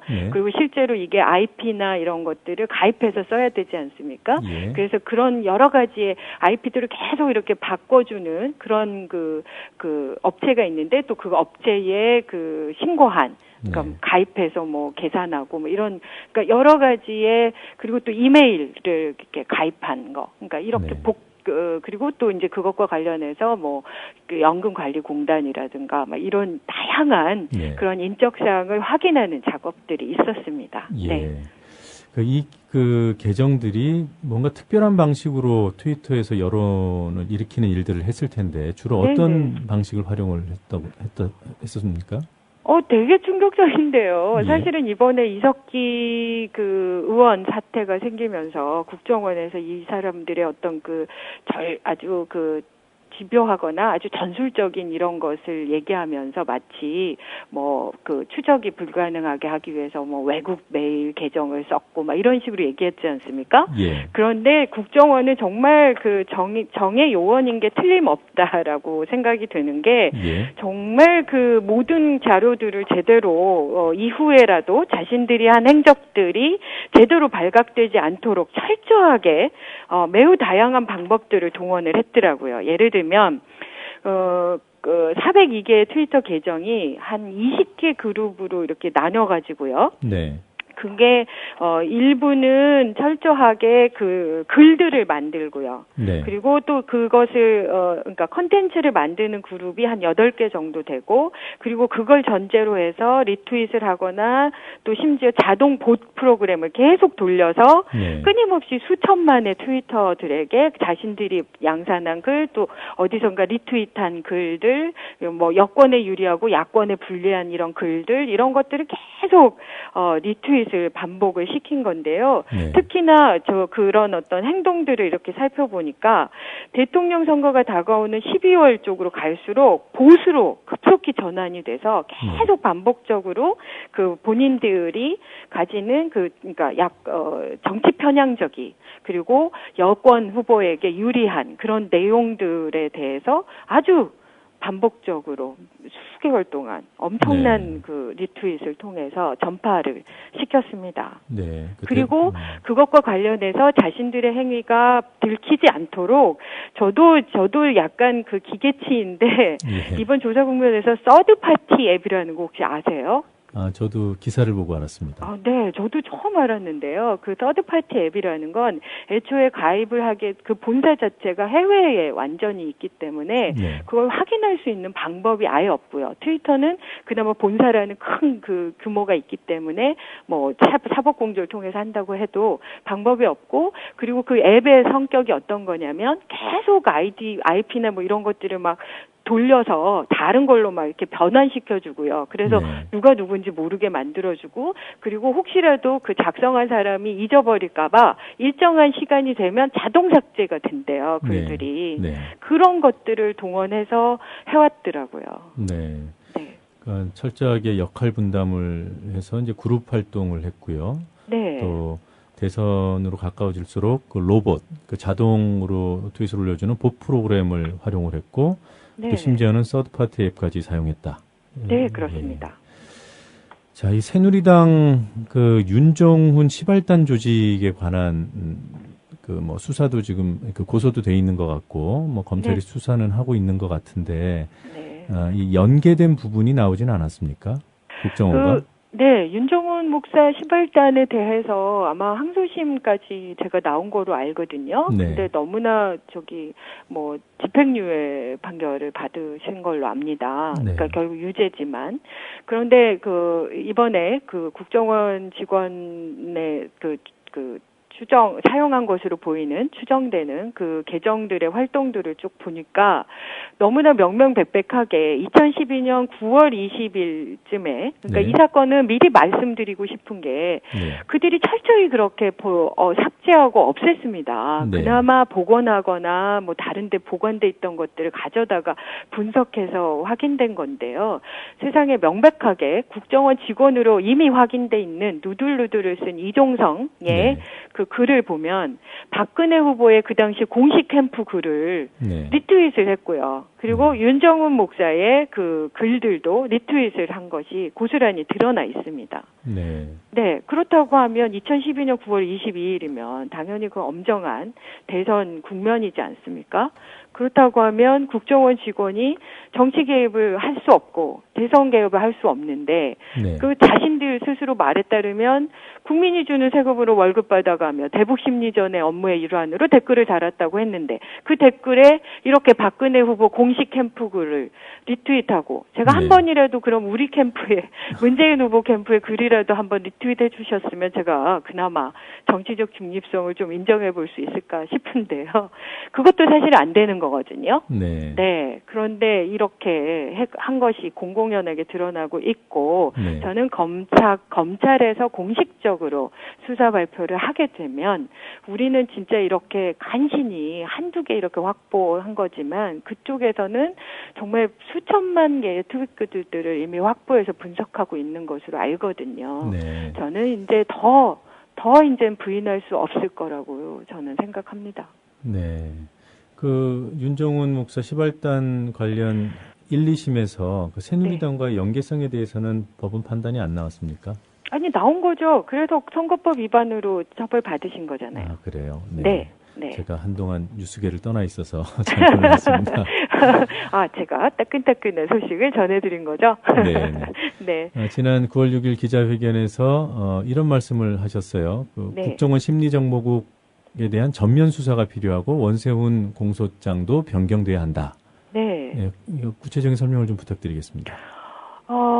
왜냐하면요, 이미 그 검찰이 사실은 그 이전에는 끊임없이 비판을 받아도 자기네가 수사 중이라는 이유로 얘기할 수 없었던 부분이 있었던 거죠. 그래서인지 저희가 계속 재판 모니터링을 하는데, 원세훈 전 국정원장에 관한 첫 그 심리가 시작되는 모두 진술에서 무슨 얘기를 하셨냐면요, 국정원이 얼마나 철저히 비협조를 한 것에 대해서, 그래서 이렇게 수사가 어려웠다라는 내용을 사전에 미리 얘기를 했습니다, 검찰이. 근데 그것에 따르면 너무나 충격인 게, 국정원에서도 셀프 개혁을 하겠다고 하고 박근혜 대통령도 셀프 개혁하라고 지시했는데, 그것이 얼마나 허망한지를 느꼈던 것이, 국정원은 철저히 자기 조직의 보위에만 관심이 있었던 겁니다. 왜냐하면 일단 검찰이 기억하실지 모르겠지만 국정원에 대해서 사상 두 번째로 압수수색을 했지 않습니까? 예. 그러니까 공식적으로 합법적 절차에 의해서 압수수색을 실시했는데 메인 서버에 대해서 압수수색을 못했어요. 예. 그게 너무 중요한 건데 거기에다가 또 원세훈 국정원장이 다른 거 모든 거 부인하지만 유일하게 인정하고 있는 게 지시강조 말씀인데 그 안에 젊은 층 우군화 심리전에 관한 우군화 전략에 관한 문건의 언급이 있습니다. 예. 그래서 그걸 가지고 검찰이 그 압수수색 당시에 그 문건을 내놓으라고 얘기하면서 5시간이나 대치를 했답니다. 예, 그런데도 결국은 안 줬다는 거고요. 네. 그래서 본인들이 검찰이 확인한 바로는 3개 팀에 각 4개 파트를 둬서 12개 파트가 전면적으로 여론 조작, 댓글 다는 거에 동원이 됐는데 그 중에 그 유명한 김하영이 속해 있는 그 3팀의 5파트만 그나마 조사된 거라고 하지 않습니까?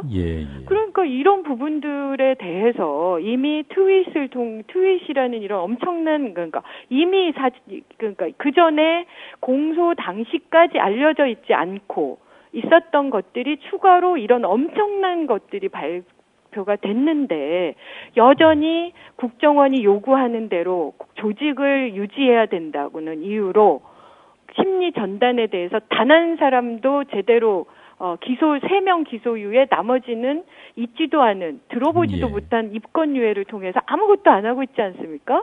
저는 당연히 이렇게 추가돼서 그들이 은폐했으나 추가돼서 수사가 나왔으면 당연히 전격 확대해서 수사해야죠. 예.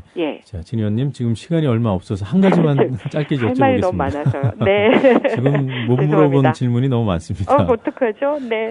김용판 전 서울청장이요. 그분이 기억하지 못하시는 아주 특별한 점심 식사 있지 않습니까? 네네. 예, 백송 모임. 참석자가 아직도 확인되지 않았나요? 네, 아직 그 부분에 대해서는 확인된 거는 없는 걸로 알고 있습니다. 예, 알겠습니다. 오늘은 여기까지 듣고요. 앞으로도 왕성한 활동 기대해 보겠습니다. 네, 고맙습니다. 고맙습니다. 지금까지 진선미 의원이었습니다.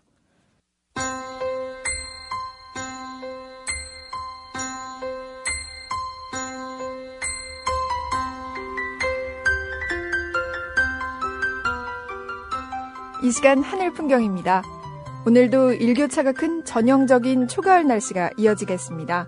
서울 낮 기온 26도로 아침과 낮의 기온차가 10도 안팎으로 크게 벌어지겠습니다. 현재 기온은 서울 20도, 대전과 전주 17도, 대구 19도로 어제 같은 시각과 비슷합니다. 지금은 선선하지만 한낮에는 기온이 크게 오르겠습니다. 오늘 낮 기온은 서울 26도, 대전 27도, 대구 28도로 어제와 비슷하겠습니다. 이번 주에도 완연한 초가을 날씨가 이어지겠습니다. 가을 비 소식도 있는데요. 내일은 서울 경기와 영서지방에 비가 조금 오는 곳이 있겠고 수요일에는 전국에 금요일과 토요일 사이에도 전국적으로 가을비가 내릴 것으로 전망됩니다. 서울 지역 현재 기온 20도입니다. 이 시간 하늘 풍경이었습니다.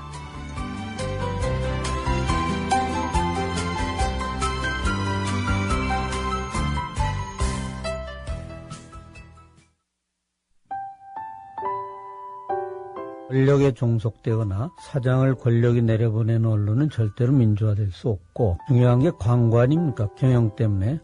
대자본의 눈치를 보면은 결국 우리가 여러 가지 사례에서 보듯이 독립이 어려운데 이 국민 TV가 미디어 협동조합을 만들어서 정말 십시일반으로 권력이나 대자본에 의존하지 않으면 앞으로 대한 언론이 아니라 어느 날에는 주류 언론으로 발전하지 않을까를 기대합니다.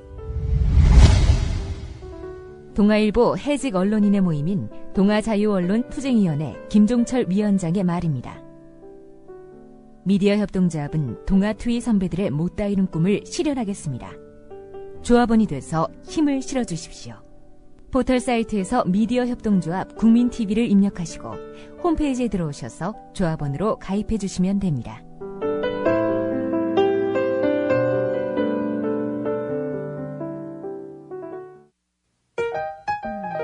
더불어 행복한 세상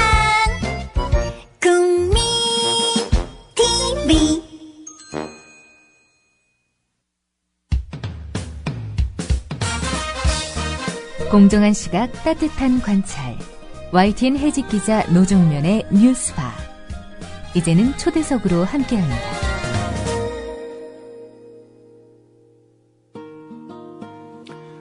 서울시 탈북자 공무원 간첩 사건을 아십니까? 화교 남매 간첩 사건이라고도 불립니다. 탈북자 출신인 서울시 공무원 유우성 씨가 자신의 여동생을 통해 탈북자 정보를 북측에 빼돌리고 수시로 미립북했다는 사건입니다.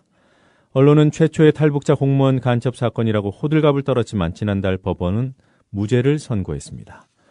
오히려 국정원이 간첩으로 엮으려고 증거들을 조작한 게 아니냐는 의혹이 불거나고 있습니다. 왕재산 사건에 이어서 또다시 간첩 조작 논란에 휩싸인 국정원. 그런 국정원이 지금은 서슬퍼렇게 내란 음모 사건을 수사하고 있습니다. 화교남매 간첩 사건 변론을 맡아서 무죄 판결을 이끌어낸 장경욱 변호사 전화 연결돼 있습니다. 네, 장경욱 변호사님. 예, 안녕하세요. 안녕하세요. 예. 자, 우선 화교남매 간첩 사건 개요부터 간략히 설명해 주시겠습니까? 예, 화교남매 간첩 사건은 여동생이 국가정보원의 강압수사에 의해서 허위 진술을 하게 되어서 그 허위 진술의 내용이 네. 오빠가 여러 차례 미립북을 하고 그 과정에서 북한의 보위부에 가족 전체가 인입이 되고 오빠는 남쪽에서 탈북자 정보를 여동생을 심부름시켜서 두만강을 건너서 해령 보위부에 전달해줬다. 이런 간첩 혐의까지로 이렇게 완전히 만들어진 사건입니다. 네. 그 졸지에 간첩이 될 뻔한 유우성 씨 어떤 분이었습니까? 유우성 씨는 북한에서 태어난 화교입니다. 그래서 일단 화교로서 북한에서 살았지만 결국 북한의 친구라든가 북한에서 오래도록 자라면서 대한민국을 동경을 했고, 네. 그래서 2004년경에 화교 신분을 속이고 탈북자로 해서 대한민국에 2004년에 정착을 해 왔습니다. 네. 그리고 서울 2011년에는 모범적으로 탈북자들 사이에서 생활하면서 서울시 계약직 공무원까지 되었던 TV에도 나오고 하는 그런 사람이었습니다. 네, 이번에 간첩 혐의 부분은 무죄를 선고받았지만 화교임에도 탈북자로 속인 것은 사실이군요. 예, 그 부분은 중국 국적이라는 것이 이제 됐고 중국 국적인 자가 어떤 허위로 대한민국 국적을 취득했다 이런 점에서 여러 가지 여권법 위반이라든가 탈북자 지원법 관련 위반이 유죄로 인정됐습니다. 네. 자, 올해 1월에 구명 요청이 접수되면서 변호사님께서 이 사건을 맡게 됐다 이렇게 알고 있습니다. 맞습니까? 예, 맞습니다. 민변으로 법률 구조가 됐습니다. 네, 구명 요청 누가 한 거죠? 예,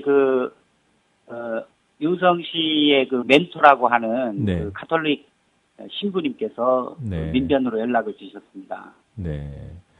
자, 이번 사건 가장 핵심적인 증거가 조금 전에 말씀하셨던 유호성 씨의 여동생 유가려 씨가 우리 오빠가 간첩이다 이렇게 진술한 거 아니겠습니까? 예, 맞습니다. 네, 재판부가 그러니까 허위 자백을 인정한 거죠.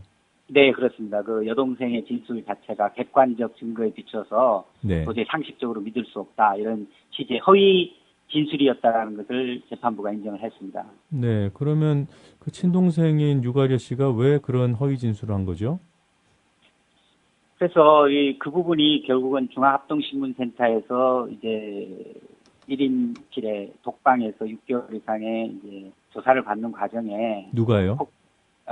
여동생이 유가려 씨가 예. 그러니까 중앙합동신문센터는 탈북자들이 오면 항상 거쳐서 진정한 탈북자인지를 조사하는 곳입니다. 그런데 실제로 화교 신분이라는 게 밝혀진 이후에는 오빠에 대해서 간첩 수사에 들어갔고 그 과정이 상당한 장기간 구금 상태에서 강압, 배유 이런 부분에 의해서 저희는 허위 진술이 된 것으로 확신을 하고 있는데 아쉽게도 법원에서는 그런 폭행이라든가 가혹행위, 협박, 회유 이런 부분에 대해서는 인정하지 않았습니다. 그러니까 허위 진술, 허위 자백이라고는 받아들였지만 그 국정원 수사 과정에 문제는 없었다 이렇게 본 거군요, 재판부가. 재판부는 국정원 수사관들의 진술이 신빙성 있다. 근데 국정원 수사관들의 진술이라는 것이 고문을 하지 않았다. 네. 회유를 하지 않았다 이런 진술인데 네. 그 부분은 항소심에서 다툴 예정이고 네. 당연히 이런 허위 진술을 할 수밖에 없던 그런 구조적인 원인으로 중앙합동신문센터에서의 그런 불법적인 그 강압수사가 있었다라는 것이 저희 주장이고 저는 확신을 하고 있습니다. 네. 그 친동생이 오빠를 간첩이라고 한 건데요. 그게 예. 강압이나 회유에 의한 것이 아니라면 그 둘 사이가 아주 안 좋은가요? 원수지간입니까? 아닙니다. 원수지간이 아니라 서로 항상 어머니 그 두 남매의 어머니가 네. 그 여동생이 나이 어릴 때 돌아가셨습니다. 그래서 오빠는 어머니 이상으로 그 동생을 챙기려 했고 동생 또한 오빠에 대해서 항상 어머니처럼 생각하고 의지해 왔기 때문에 또 오빠는 한국에 정착시켜 살려고 한국으로 이렇게 탈북자를 해서 데려온 것이고 동생 또한 그 오빠와 같이 살고 싶어서 한국에 왔었던 그런 아주 막역한 남매지간입니다. 예, 알겠습니다. 자, 국정원과 검찰이 항소를 한 거군요. 예. 네, 항소심에서의 쟁점은 뭡니까? 항소심에서의 쟁점도 결국 그 여동생 진술이 강압적으로 이루어졌느냐 여부라든가 그 신빙성 여부가 쟁점이 될 것 같습니다. 네. 근데 유가래 씨가 지금은 이미 중국으로 가고 없지 않습니까? 예, 지금 중국으로 추방됐습니다. 그래서 항소심에서는 1심 기록을 토대로 해서 판단을 해야 하지 않을까 이렇게 보고 있습니다. 네, 다시 유가래 씨가 입국할 가능성은 없는 건가요? 검찰에서 그 유가래 씨에 대해서 증인을 다시 신청을 하고 그 재판부가 채택을 하면 네. 가능성도 있습니다만은 그리고 출입국과 관련된 재반 어떤 신변에 대해서 안전이 보장이 된다면 가능성도 있지만 네. 보통 1심에서 여러 차례 그 증인 신문을 했기 때문에 네. 그 2심에서는 좀 중복되는 증인에 대해서는 보통 잘 채택이 안 되고 있습니다. 그래서 그는 2심 항소심에서 봐야 그 상황을 봐야 될 것 같습니다. 그러면 지금 변호사님께서도 유가래 씨의 그 증인 채택은 추진하지 않으실 생각이군요. 저희는 일단 무죄를 받은 입장이기 때문에 네. 저희가 뭐 어떤 검찰이 어떤 부분을 항소심에서 증거로 세우는 것을 보고 그에 따라서 저희도 변호인들은 그 다음에 네. 증거 신청 여부를 결정하는 게 맞다고 봅니다. 네, 알겠습니다. 자, 그리고 유성 씨 말이죠. 예. 원래 서울시 공무원이었는데 이제 못하는 건가요? 그게 참 안타까웠습니다. 이 서울시 공무원으로서의 계약직 또 시간제로 근무하다 보니 소위 비정규직이죠. 그래서 비정규직은 기소 즉시 이게 해지를 하도록 이런 규정이 있었습니다. 그래서 그렇군요. 그 부분을 서울시에 좀 불복을 할까라도 생각을 했는데 또 여러 가지 또 유성 씨와 관련돼서 서울시장님에 대한 여러 또 안 좋은 뭐 얘기도 있고 해서 저희가 좀 그건 추후에 한번 이렇게 살펴보기로 하고 결국은 해지됐습니다. 예, 바로 이 사건이 터지고 나서 얼마 되지 않아서 서울시로부터 해지 통보를 받았습니다. 네. 그 일부 보도를 보면 유성 씨의 국외 추방 가능성을 거론하기도 했더군요. 현재는 재판 중이기 때문에 현재 그 재판이 확정되기까지는 추방되지 않고 재판을 받을 수 있을 것으로 보고요. 네. 확정이 되면 결국 그 중국 국적이기 때문에 중국으로 추방되지 않을까 이렇게 보고 있습니다. 네. 자, 이번 사건 그러니까 그 친동생의 허위 자백 때문에 간첩으로 몰렸던 오빠가 결국 이제 무죄 선고를 받은 사건인데 예. 이 국정원 수사 과정에서 구체적으로 어떤 문제가 있었는지 좀 종합적으로 설명을 부탁드리겠습니다. 예, 오빠에 대해서 여동생이 허위 진술을 했다라는 것을 저도 알고 네. 그것에 대해서 여동생이 허위 진술할 수밖에 없었던 이유가 뭐냐라고 했을 때 이제 우선 씨도 중앙합동신문센터에서 강압수사라고 얘기를 했습니다. 네. 여동생이 미치지 않고서 이런 진술할 수 없습니다라고 하면서 네. 계속 국정원에 대질 요구를 했었고 네. 근데 이 중앙합동신문센터라는 곳이 어떤 곳인지 한국 사회에 알려져 있지 않습니다. 그래서 네. 중앙합동신문센터에서 6개월까지 여동생이 독방에서 사실상 구금된 채로 외부와 전혀 접촉 없이 그리고 변호인도 조력을 받지 못하고 또 가족과도 연락이 없고 또 그 과정이 전혀 국정원 외로는 누구에게도 그 과정에서 무슨 일이 나는지 잘 알려지지가 않았 이런 상황에서 결국 여동생은 고립무원의 처지에서 허위 진술을 국정원 수사관들에서 허위 진술을 할 수밖에 없었던 이런 사건이라고 보고 있습니다.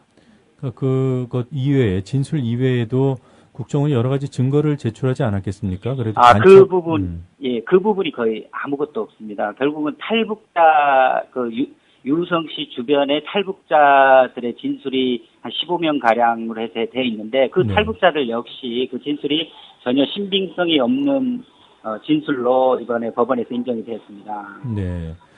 북한에서 찍었다는 사진이 미립북 증거로 제시되지 않았습니까? 예. 그 부분은, 예, 지금 언론에도 많이 나왔지만은, 네. 오빠가 회령집에 북한에 들어갔을 때, 네.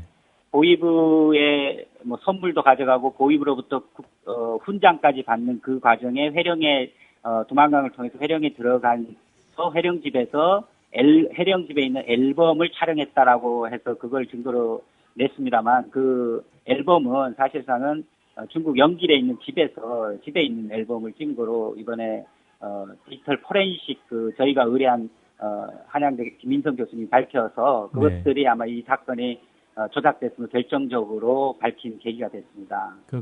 앨범을 찍은 그 기기가 아이폰이었고요. 예, 아이폰. 아이폰에서는 촬영을 하면 위치 정보가 나온다고 하더군요. 예. 그게 확인된 건가요? 예, 그게 확인됐습니다. 그 위치가 연길로 확인이 됐습니다. 회령이 아니라. 회령이 아니라 중국이었다. 예. 그리고 같은 날 찍은 여러 장의 사진이 있었다고 알고 있는데요. 그것들 중에 그러니까 일부만 증거로 제출했던 겁니까? 예.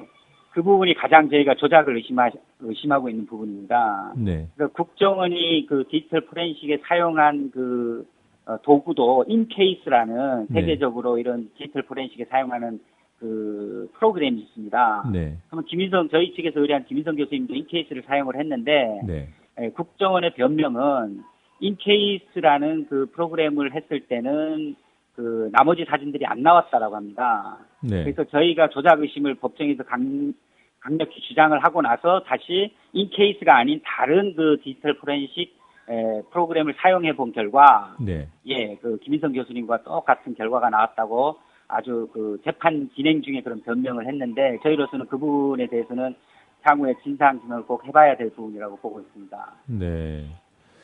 자, 이 무죄 선고가 난 만큼 국정원은 조작이 아니라고 하지만 비판은 피할 수가 없게 됐습니다. 국정원이 왜 이렇게 무리를 했을까요? 그래서 국정원이 이번 사건을 본인들은 아무런 의도가 없다라고 이렇게 주장을 하겠지만 저희는 항상 정권 교체기에 있어서 국정원이 자기 존재감을 과시를 해야 될 필요성이 있고 그 과정에서 결국은 탈북 화교 남매가 하나의 희생양이 된 것으로 이렇게 특히나 장기간 동안 기획 수사가 이루어져 왔었습니다. 이 남매에 대해서 끊임없이 주변 탈북자를 통해서 끊임없이 조사를 해오고 그런 이 남매에 대해서 국가보안법 위반 부분과 관련돼서 계속 오빠를 미행하고 사찰하고 그런 부분들을 진행해 왔었습니다. 네, 유성 씨에 대한 수사는 그러니까 언제부터 시작이 된 거죠? 2006년도에 어머님 장례식 때 다녀온 이후에 그런 부분들과 관련된 정보서부터 해서 한 2007년 8월경부터 진술서들이 주변의 탈북자 진술서들이 차곡차곡 쌓여져 왔습니다. 주변 인물들이 계속 화교다라는 걸 확인해 줬고 그런 것들은 이번 재판 과정에서 이 사건이 2012년 10월 30일 여동생이 한국에 들어오고 그리고 2013년 1월 10일 날 유성 씨가 여동생의 허위 진술에 의해서 체포되면서 이제 언론에도 났지만 그 이전인 2011년 그리고 2010년, 9년, 8년 이렇게 쭉 오랫동안 이 수사가 진행되어 왔었습니다. 그럼 적어도 수사 착수 시점만 보면 유성 씨가 서울시 공무원이었기 때문에 박원순 서울시장에 대해서 흠집을 내라는 게 아니냐 이런 분석들이 있었습니다만 적어도 수사 착수 시점과 관련해서는 그건 오해겠군요. 착수 시점은 그럴지 몰라도 이 사건 자체를 계속 시간제 파트타임 비정규직인 이 탈북자에 대해서 계속 서울시 공무원이라는 걸 많이 강조를 했고 또 서울시의 업무가 마치 기초생활수급자에 대한 어떤 업무 보조에 불과한데 이 부분에 탈북자들도 기초생활수급자에 해당한다는 이유만으로 1만 명의 정보가 넘어갈 수 있는 지위에 있었다. 이런 걸 강조를 하다 보니까 결론적으로는 뭐 서울시 시장님이신 이제 박원순 시장님에 대해서 여러 가지로 이제 보수 세력의 공격의 빌미를 만들었고 그런 것들은 뭐 국정원이 충분히 의도할 수 있었다라고 저는 보고 있습니다. 네, 알겠습니다. 자, 이 내라는 사건 워낙 큰 충격파를 던져준 사건이라 그 변호사님께 좀 질문을 드리겠습니다. 이 사건 바라보시는 시각이 남다를 것 같은데요. 그 과거에 있었던 왕재산 사건이라든가 이번 화교남매 사건과 이번 내라는 사건을 비교해 볼 만한 건지요? 예, 저는 그 이번 사건이 결국은 공통점이 결국 우리 사회에서는 여전히 이런 그 북한과 연결된 어떤 사건이 발생하면 거기에 대해서는 여론 재판 내지는 마녀 사냥이 벌어지고 거기에 대해서 그 누구 하나 우리 국민 그 누구도 자유로울 수 없다라는 걸 계속 보여주고 있다고 생각합니다. 특히나 국정원이 이런 타이밍을 가지고 왜 지금 국정원이 대선 개입이나 정치 개입 이런 것과 관련돼서 한참 국민들이 촛불 집회가 열리고 있고 또 그 문제로 인해서 원세훈 전 국정원장이라는 재판을 받고 있는 시점에 3년 동안 또 충분히 수집된 증거가 있다고 하지만 제가 봤을 때는 별다른 근거도 없이 또 이런 사건이 터지고 나면 우리 사회 정치인들 또는 언론 그 누구도 이 어떤 국정원의 이런 의도라든가 이런 사건에 대해서 좀 차분하게 어떤 냉정하게 이성적인 대응을 하기보다는 결국은 국정원의 어떤 의도에 다 휘말려 들어가는 이런 사건이라는 점에서 저는 공통점이 있다라고 보고 있습니다. 네. 그럼 구체적으로 보면 그 이번 내라는 사건 그 국정원이 제보자라고 하고 있고 통합진보당에서 프락치라고 하는 그 이모 씨 입에 의존하고 있다 이런 측면이 있는 것 같아요. 예, 그렇습니다. 근데 그 화교남매 사건과 다른 것은 녹취록이 있다는 거죠. 그러니까 이 녹취록이 존재하는 마당에 제보자의 증언 어떤 면에서 중요하다고 보십니까?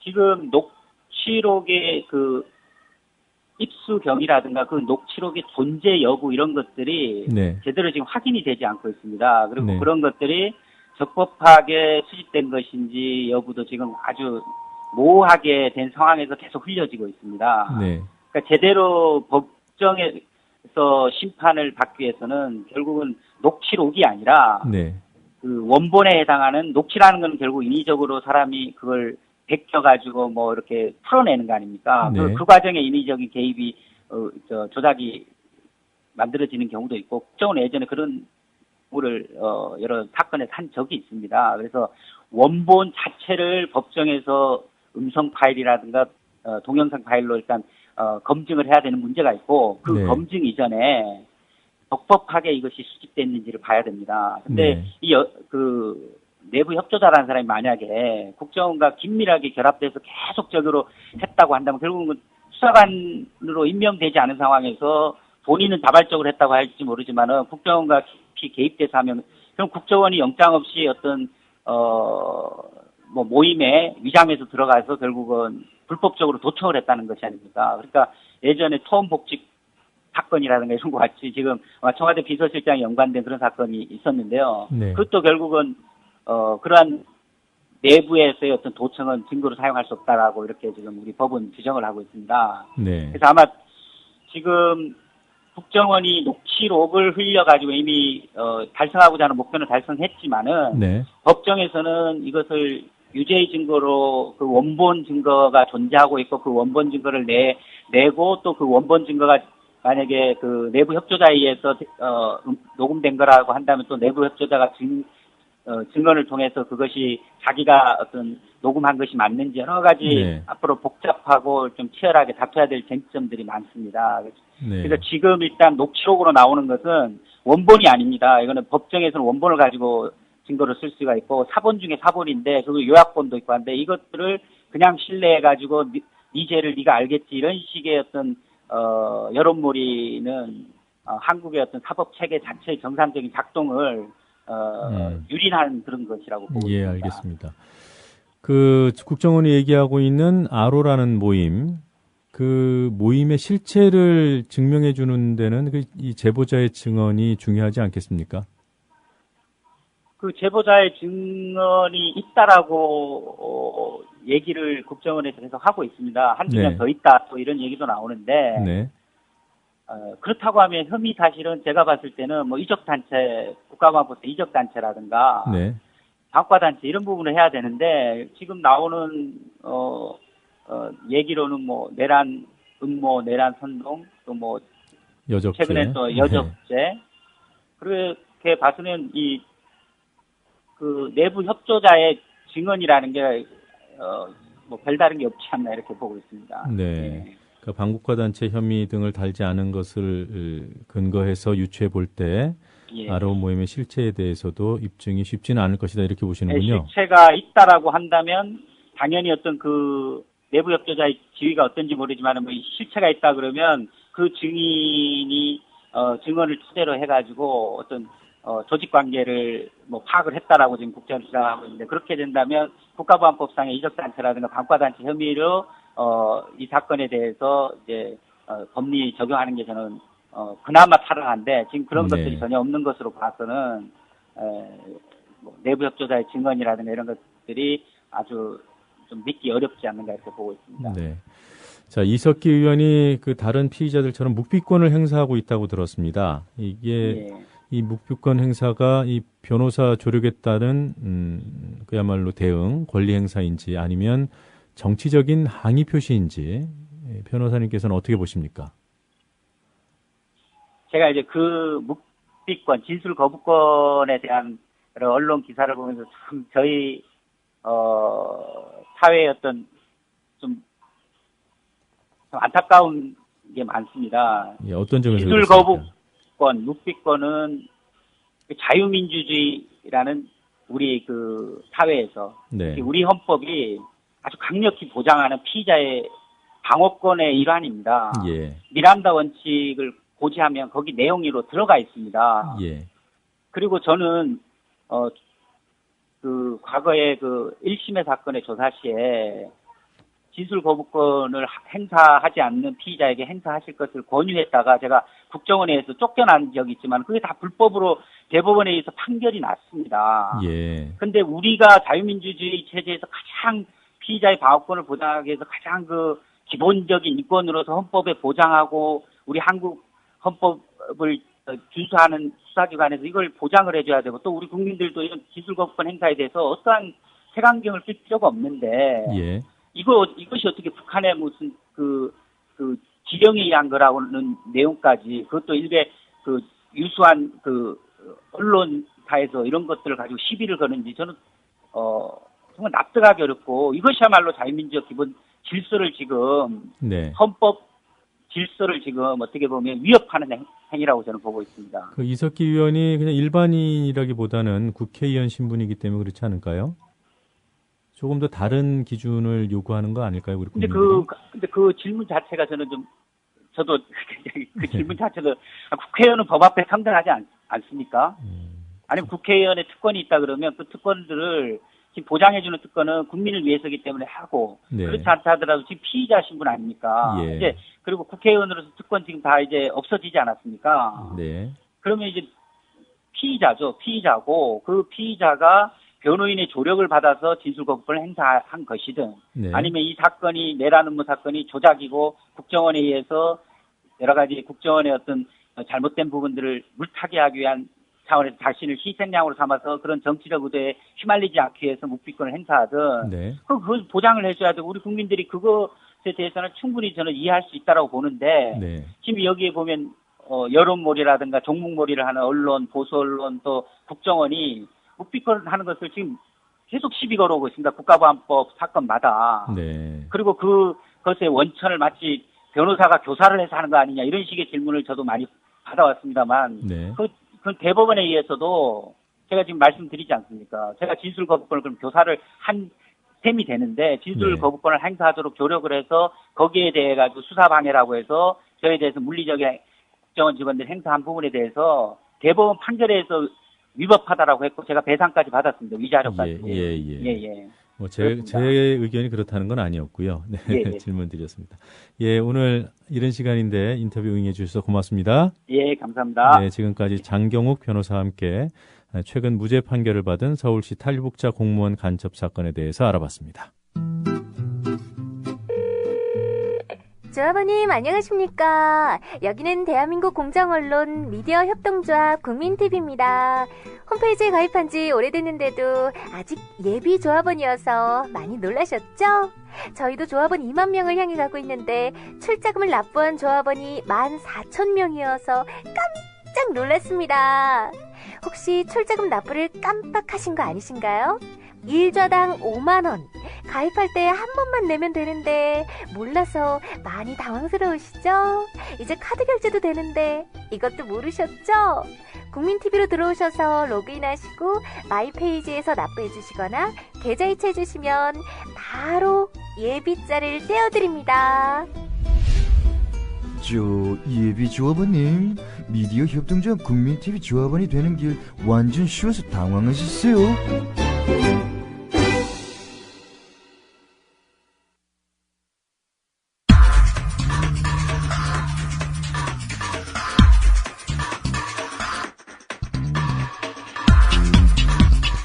애너그램과 정치 풍자의 묘미를 함께 느껴볼 수 있는 시사 애너그램 공갈입니다. 문장을 구성하는 음절들을 재배열해서 전혀 다른 의미의 문장을 만들어내는 애너그램. 이 애너그램은 누군가에게 은밀한 경고나 기밀을 전할 때 쓰이기도 합니다. 오늘은 통합진보당 이정희 대표의 이른바 농담 발언을 애너그램 상자에 집어넣어 보겠습니다. 지난 4일 이석기 의원에 대한 체포동의안 처리를 앞두고 같은 당 이정희 대표가 국회에서 기자회견을 열었습니다. 언론에 보도된 녹취록이 날조됐다고 했던 이 대표지만 이날은 총기 등의 발언이 있긴 했으나 농담이라는 주장을 했습니다. 모두 59개의 음절로 구성된 문장 들어보시겠습니다. 근데 한두 명이 총기 탈취니 시설 파괴 등을 말했을 뿐이고 불가능하다는 것을 잘 알고 있기에 농담처럼 말하거나 누군가 말해도 웃어 넘겼다는 것입니다. 아시다시피 통합진보당은 국정원에 매수된 당원이 프락치 노릇을 했다고 주장합니다. 앞서 들으신 이 대표의 발언을 재배열했더니 프락치 의심 인물을 향한 은밀한 경고의 암호문처럼 바뀝니다. 이해를 돕기 위해서 말씀드리자면 통합진보당이 프락치로 지목한 인물은 남성 이모 씨 이군입니다. 59개 음절이 이군을 향해서 어떤 메시지를 던지는지 들어보겠습니다. 농담 말 등 웃기는 말뿐이니 총도 탈취했을 것처럼 해설을 넘겼을 것. 누가 한 입에 두 말 불고 다니나 잘 알고 있다. 이군 거시기 파괴하는 어명 가능하다. 이군 거시기를 파괴하라는 어명이란 부분은 당연히 과장입니다만 이모 씨, 이군에 대한 통합진보당의 심경을 애너그램으로 짚어보고 싶었습니다. 농담뿐이었는데 과장된 해설을 국정원에 넘겼고 동지인 줄 알았는데 프락치였다면 한 입으로 두 말을 하고 다닌 자, 배신자로 여기겠지요. 원문과 바뀐 문장을 다시 한번 이어 들으면서 마치겠습니다. 시사 애너그램 공갈이었습니다. 근데 한두 명이 총기 탈취니 시설 파괴 등을 말했을 뿐이고 불가능하다는 것을 잘 알고 있기에 농담처럼 말하거나 누군가 말해도 웃어 넘겼다는 것입니다. 농담 말 등 웃기는 말뿐이니 총도 탈취했을 것처럼 해설을 넘겼을 것. 누가 한 입에 두 말 불고 다니나 잘 알고 있다. 이군 거시기 파괴하는 어명 가능하다.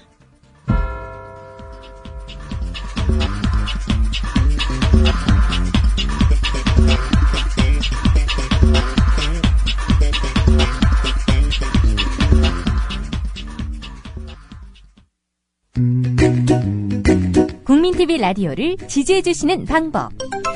팟빵 홈페이지에서 총 4가지를 클릭해주세요. 다운로드하기, 별점 주기, 구독하기, 댓글 달기. 기억하셨죠? 다운로드하기, 별점 주기, 구독하기, 댓글 달기. 더 좋은 방송을 위한 최고의 응원. 다운로드하기, 별점 주기, 구독하기, 댓글 달기.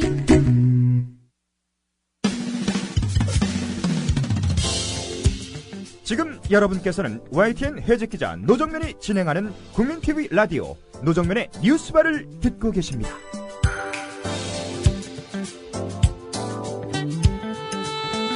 네, 지금 이 시간에도 많은 기자들 그리고 시사 PD들은 특종을 쫓고 있습니다. 특종 보도는 언론인 개인의 영예이기도 하지만 언론이 존재 가치를 극대화하는 방식이기도 합니다. 문제는 가짜 특종이 판을 친다는 데 있습니다. 진짜 특종을 가려서 소개하는 특종의 진수 시간입니다. 이 시간 맡아주실 미디어스 김환 기자 나와 계십니다. 안녕하세요. 네, 안녕하세요. 미디어스 김환입니다. 자, 오늘 소개해드릴 특종 보도는 뉴스타파의 이른바 화교 남매 간첩 사건 조작 의혹이죠? 네, 그렇습니다. 예, 앞서 이 사건 담당했던 장경홍 변호사로부터 개요 등에 대해서는 알아봤기 때문에 이 시간에는 뉴스타파 특종의 의의와 또 다른 언론의 보도 행태 등에 대해서 알아보도록 하겠습니다. 김 기자, 먼저 뉴스타파가 어떤 부분을 특종했는지 설명해 주실까요? 예, 지난 7월 11일에 뉴스타파는 이제 화교남매 간첩의 증거가 허점 투성이다, 이런 문제의식에서 국정원이 본업인 간첩 수사에서도 허점을 드러냈다, 이렇게 가장 먼저 보도를 했던 바 있습니다. 예. 당시 뉴스타파의 보도를 보면 언론 가운데서는 최초로 이제 유 씨의 여동생을 직접 만나 심층적인 인터뷰를 통해서 이제 국정원이 가학행위 등을 통해 유 씨를 간첩으로 조작해낸 것이 아니냐, 이런 이제 합리적인 의심을 전달했습니다. 예. 특히 이때 이제 유 씨 동생이 진술한 내용들을 보면 여전히 국정원이 이제 원하는 수사 목적을 달성하기 위해 고문에 해당하는 폭력 행위를 비롯해서 비인권적인 수사 방법들을 동원하고 있다, 이런 사실들이 고발되기도 했습니다. 네. 자, 국정원과 검찰이 내세운 핵심 증거가 유 씨의 여동생 유가려 씨의 증언이었는데요. 뉴스타파가 처음으로 유 씨의 여동생 심층 인터뷰를 한 것이군요. 뉴스타파가 보도한 유가려 씨 인터뷰 내용을 잠시 들어보고 진행하겠습니다. 너 안 되겠다. 다 죽이고 나면 소리. 중이 거무실도 데려가겠다. 정신 부탁드리게 해주겠다는 소리. 내가 안 가겠다 하는데 막 좋은 거무실 데려가겠다니까 너무 무서워서 그때 내가 안 가겠다고 막 제발 저는 안 가겠습니다. 저 봐주십시오 하면 내가 막 울었습니다. 막 울어가지고. 자백하면 한국에서 오빠와 함께 살게 해주겠다는 달콤한 회유도 있었다고 합니다. 김현희가 사실을 인정하니까 반성하니까 그 다음에는 여기서 교화도 안 보내고 살게 해주고 집도 해주고 지금까지 보호해주고 지금은 또 그 후부터 책도 많이 써가지고 돈 많이 벌어서 지금 잘 살고 있다. 구치소에 있는 오빠를 만나고 나오는 길입니다. 한국에 온 지 8달 만에 오빠와 둘이서 이야기를 나눴습니다. 내일도 가겠다. 니네 오겠다니까 오지 말라. 오는 게 너 가슴 아프다고.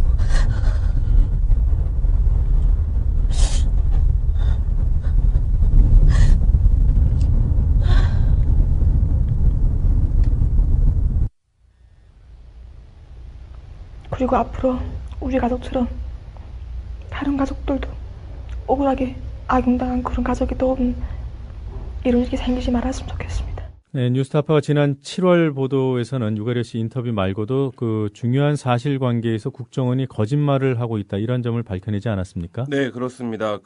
수사에 있어서 가장 중요한 것은 역시 팩트일 텐데요. 뉴스타파 보도를 통해서 국정원이 했던 수사들이 일부 팩트가 근본적으로 성립할 수 없는 부분이다, 이런 점들이 밝혀졌는데요.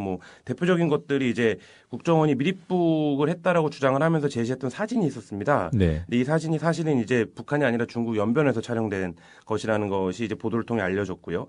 그다음에 유성 씨의 혐의 중에 이제 가장 중요한 게 한국의 탈북자 정보를 북한에 제공했다라는 것이었는데, 여기에서 이제 메신저를 통했다라는 게 국정원의 설명이었습니다. 예. 근데 이제 이 가입 동생에게 전달한 메신저의 가입 시점이 탈북자 정보를 전달했다라고 국정원이 얘기한 시점은 한참 뒤였던 것이죠. 그러니까 이제 기본적으로 유 씨의 혐의가 성립되기 어려운 팩트를 뉴스타파가 가려낸 보도였습니다. 네, 이 부분도 뉴스타파 보도 내용 잠시 들어보겠습니다. 더 근본적인 문제가 있습니다. 국정원은 유가려 씨가 이용했던 QQ 메신저로 명단을 전달받았다고 합니다. 그러나 유 씨는 명단을 전달받은 시기보다 뒤에 QQ 메신저를 시작했다고 말합니다. 그러나 국정원은 2012년 설 전날인 1월 22일 유성 씨가 두만강을 건너 회령으로 들어갔다고 주장해 왔습니다. 이때 아버지와 만나 고위부에서 훈장을 받고 돌아왔다는 것입니다. 국정원은 그 증거로 유성 씨 컴퓨터에서 복원한 이 사진 2장을 제시했습니다. 2012년 설에 유성 씨가 북한 회령 집에 있던 앨범을 휴대폰으로 찍어왔다는 것입니다. 미립북의 증거였습니다. 정말 북한에서 찍은 것일까요? 이 사진이 여기서 찍혔다는 거죠? 그렇죠. 예. 그런 위치 정보 나온 거죠? 네네. 아이폰에서 위치 정보가 저장된 겁니다. 북한이 아니네요. 네. 사진을 찍은 것으로 나타난 곳은 연변 조선족 자치주 유가려 씨 가족이 살던 중국이었습니다. 네, 이 뉴스타파는 이 사건이 사실상 조작된 것이라는 근거를 가지고 특종 보도를 했습니다만 이 사건이 처음 알려진 것도 특종의 형식 아니었습니까? 네, 그렇습니다. 그 동아일보가 1월 21일 날 일면 타압으로 특종 보도를 했던 내용인데요. 네. 당시에 굉장히 이제 좀 충격적인 내용이었습니다. 유 씨가 그 서울시 공무원 신분이기 때문에 이런 차원에서 이제 탈북자 1만 명의 정보를 통째로 빼서 북에 넘긴 정황이라는 보도 내용 자체가 또 박원순 시장이 동아일보를 비롯한 보수 언론이 굉장히 주목하고 있는 정치인 가운데 한 명이기 때문에 예. 서울시의 관리 문제까지 이제 확장이 되면서 굉장히 이제 충격적인 보도가 됐고 이후에 이제 그 자사인 종편 채널을 비롯해서 그 조중동의 그 언론들이 대대적인 여론몰이를 했던 바 있습니다. 그래서 한국의 어떤 이런 관리 시스템이나 체계에 근본적인 문제가 있는 것이 아니냐, 뭐 간첩들이 서울시 공무원 조직에서도 이제 활개를 치고 있다 이런 류의 문제식들이 여과 없이 이제 전달이 됐었고, 뭐 종편 채널들 뉴스를 제가 찾아보니까 당시에 뭐 많게는 5곡지 이상씩 보도들이 됐던 내용들입니다. 예. 그 최근 내라는 모 사건 특종은 동아일보 종편이 채널 A였는데 그 공무원 간첩 사건 특종도 동아일보였군요. 자, 동아일보가 특종이라고 한 보도에서 어떤 점이 문제였습니까? 일단 결과적으로 지금 무죄가 난 상황이기 때문에 예. 국정원의 말을 그대로 이제 전달을 하면서 간첩으로 단정해서 보도한 것 자체가 기본적인 사실관계에서는 이제 지금은 이제 그 크게 오류가 난 부분이고요. 네. 유 씨가 간첩 혐의로 구속됐다라는 것은 뭐 당시로서는 팩트였지만 유 씨 이제 간첩이라는 것이 범죄 사실이 이제 소명되고 혐의가 입증되는데 굉장히 이제 그 오랜 기간이나 혹은 정확한 증거들이 필요한 부분인데 이런 부분들에서 그 국정원의 발표를 그대로 이제 어떤 검증이나 이런 거 없이 혐의 자체를 사실로 만드는 보도. 그래서 첫 보도에서는 이제 정보를 넘겼다라는 걸 정황이라고 표현을 했다가 네. 이후에 이제 거의 기정사실화 했는데요. 뭐 이런 보도들이 기본적으로 이제 국정원의 발표에 대해서 전혀 검증이나 취재 없이 그 발표만 그대로 이제 따르는 이런 형태의 전형적인 보도였다고 할 수 있습니다. 예. 그러니까 특종이라고 여론몰이를 했던 동아일보의 최초 보도는 이를테면 가짜 특종이고요. 무죄를 근거들을 하나하나 확인했던 뉴스타파의 보도는 진짜 특종이라고 할 수 있겠습니다. 그런데 사실 그 뉴스타파의 보도를 보면 말이죠. 그 해당 내용들은 이미 재판 과정에서 다 드러난 거 아니었습니까? 네, 그렇습니다. 근데 왜 기존 언론들은 이 부분을 취재 안 했죠? 이게 저는 한국 언론의 가장 취약한 지점 중에 하나라고 볼 수 있는데요. 이른바 이제 발표 저널리즘입니다. 그래서 예. 발표 저널리즘은 일본의 이제 언론학자인 하라 토시오가 처음 얘기했던 개념인데요. 일본은 한국과 마찬가지로 이제 출입처를 두는 관행을 갖고 있습니다. 네. 그래서 이제 출입처에 속한 기자들이 그 출입 기관에서 발표하는 정보나 보도 자료들을 그대로 이제 사실인 것처럼 보도하는 관행이 한국과 매우 유사합니다. 그래서 네. 그런 건데 이제 한국도 관청이나 검경에 출입하는 기자들 같은 경우에 그 출입처의 발표를 그대로 보도하는 것을 일반화하고 있습니다. 근데 네. 이 발표 저널리즘 같은 경우에 이제 언론의 획일화와 하향 평준화의 가장 주범적인 문제로 꼽히고 한국 언론의 고질적인 관행으로 계속 지적이 되는 문제입니다. 근데 이제 문제는 공안 사건 같은 것의 경우에 대표적인 발표 저널리즘 이제 광급 기사라고 할 수 있는데요. 이게 이제 기본적으로 팩트에 접근하기도 좀 어렵고 예. 정부의 발표를 그렇다고 해서 마냥 비판적으로 바라보기만도 사실 어려운 한계도 좀 있습니다. 예. 그래서 결과적으로 정부의 발표에 대해서 이제 사실 확인이나 분석 없이 그대로 이제 정부 입장대로 신속하게 보도를 하는 관행 뭐 이런 것들이 이제 굳어져 있는데요. 그래서 앞서도 말씀을 드렸지만 이번 사건의 경우에도 지난 1월 보도에서 이제 유 씨가 탈북자 1만 명의 정보를 북에 제공했다. 이게 이제 당국이 발표한 내용인데 예. 이것이 이제 기정사실처럼 보도가 됐습니다. 근데 재판 과정에서 이 사실이 깨졌죠. 근데 이제 이 발표 저널리즘의 가장 큰 문제는 뒤로 갈수록 보도가 점점 이제 약해진다는 것이죠. 그러니까 피의 사실 단계나 혹은 수사를 처음 이제 알려진 인지 단계에서 가장 크게 보도가 되고 뒤에 점점 중요한 팩트들이 밝혀질 때는 점점 보도가 이제 흐지부지되는 예. 뭐 이런 경향들이고 뭐 이런 거 발표 저널리즘의 문제는 뭐 계속적으로 지적이 돼 왔던 뭐 여러 가지 사건, 뭐 노무현 대통령의 사건이라든지 한명숙 총리 문제라든지 예. 뭐 이런 사건들에서도 계속 이제 지적이 되어 왔던 문제이고요. 그러니까 기본적인 사실관계 확인 없이 언론이 어떤 사실을 유포하는 네. 저널리즘적 행태. 이 행태에서 이제 뉴스타파가 그 재판 과정을 꼼꼼히 이제 모니터링을 하면서 그 취재를 한 것이고요. 사실 네. 뉴스타파의 이런 활동이 저널리즘이자 언론의 가장 기본적인 책무이자 원래 본령이라고 할 수 있을 텐데 한국 언론 현황에서 사실 뭐 이런 일들이 네. 무시되고 있는 뭐 이런 실정입니다. 네, 기본인데 무시되고 있다. 우리 언론인들이 새겨들어야 될 것 같습니다. 자, 공영방송에서 해직된 언론인들이 만드는 매체가 뉴스타파지 않습니까? 네, 그렇습니다. 네, 이제 이들이 자신들의 언론인으로서의 가치를 증명하고 있다면, 이들을 사실상 내쳤다고 할 수 있는 KBS와 MBC, 이들의 친정에서는, 되려, 이 사건의 진실을 감추고 있는 것 같아요. 네, 그렇습니다. 최근 이제 9월 7일 날 추적 60분이 관련 내용을 보도하긴 했는데요. 예. 원래 이 방송이 8월 31일 날 예정이 돼 있었습니다. 네. 근데 이제 8월 22일 이후에 KBS 쪽에서는 이제 8월 31일 날 이 방송을 하겠다라는 예고도 나가고 이제 알려지고 했었는데요. 백운기 시사제작국장의 지시로 당일 방송이 이루어지지 않았습니다. 그래서 이게 이틀 전에 이제 방송을 못 하겠다라고 백운기 국장이 통보를 했던 내용 상황인데요. 그래서 이제 통진상 사태 등을 거론하면서 이제 백 국장이 그 예민한 시기이니 국정원에 1, 2주 정도 방송을 연기하자 뭐 이렇게 이제 얘기를 했습니다. 당시 제작진은 이제 2달 넘게 그 수사 내용을 검증하면서 취재를 해서 뉴스타파가 보도했던 내용들의 이제 거의 대부분의 팩트를 확인을 한 이제 제작물을 만들어 놓은 상태였습니다. 예. 그래서 이 백운기 국장의 행태에 대해서 이제 당시 KBS 세노조 측은 관제방송인의 전형적인 발상이자 시사 아이템을 공권력을 위해 불방시킨 치욕스러운 사례다. 이렇게 비판을 하기도 했습니다. 뭐 방송이 7일날 나가기는 했지만 어쨌든 국장이 데스크급인 국장이 방송의 시기를 통해서 이 보도가 나갔을 때 가장 불리한 기관을 염려하는 뭐 이런 형태가 이제 KBS에서 연출된 상황입니다. 예, 뭐 보도를 보니까 기란영 사장이 지시했다, 뭐 이런 의혹 보도도 있고요. 근데 문제는 누가 내가 막았다 이런 사람이 없어요.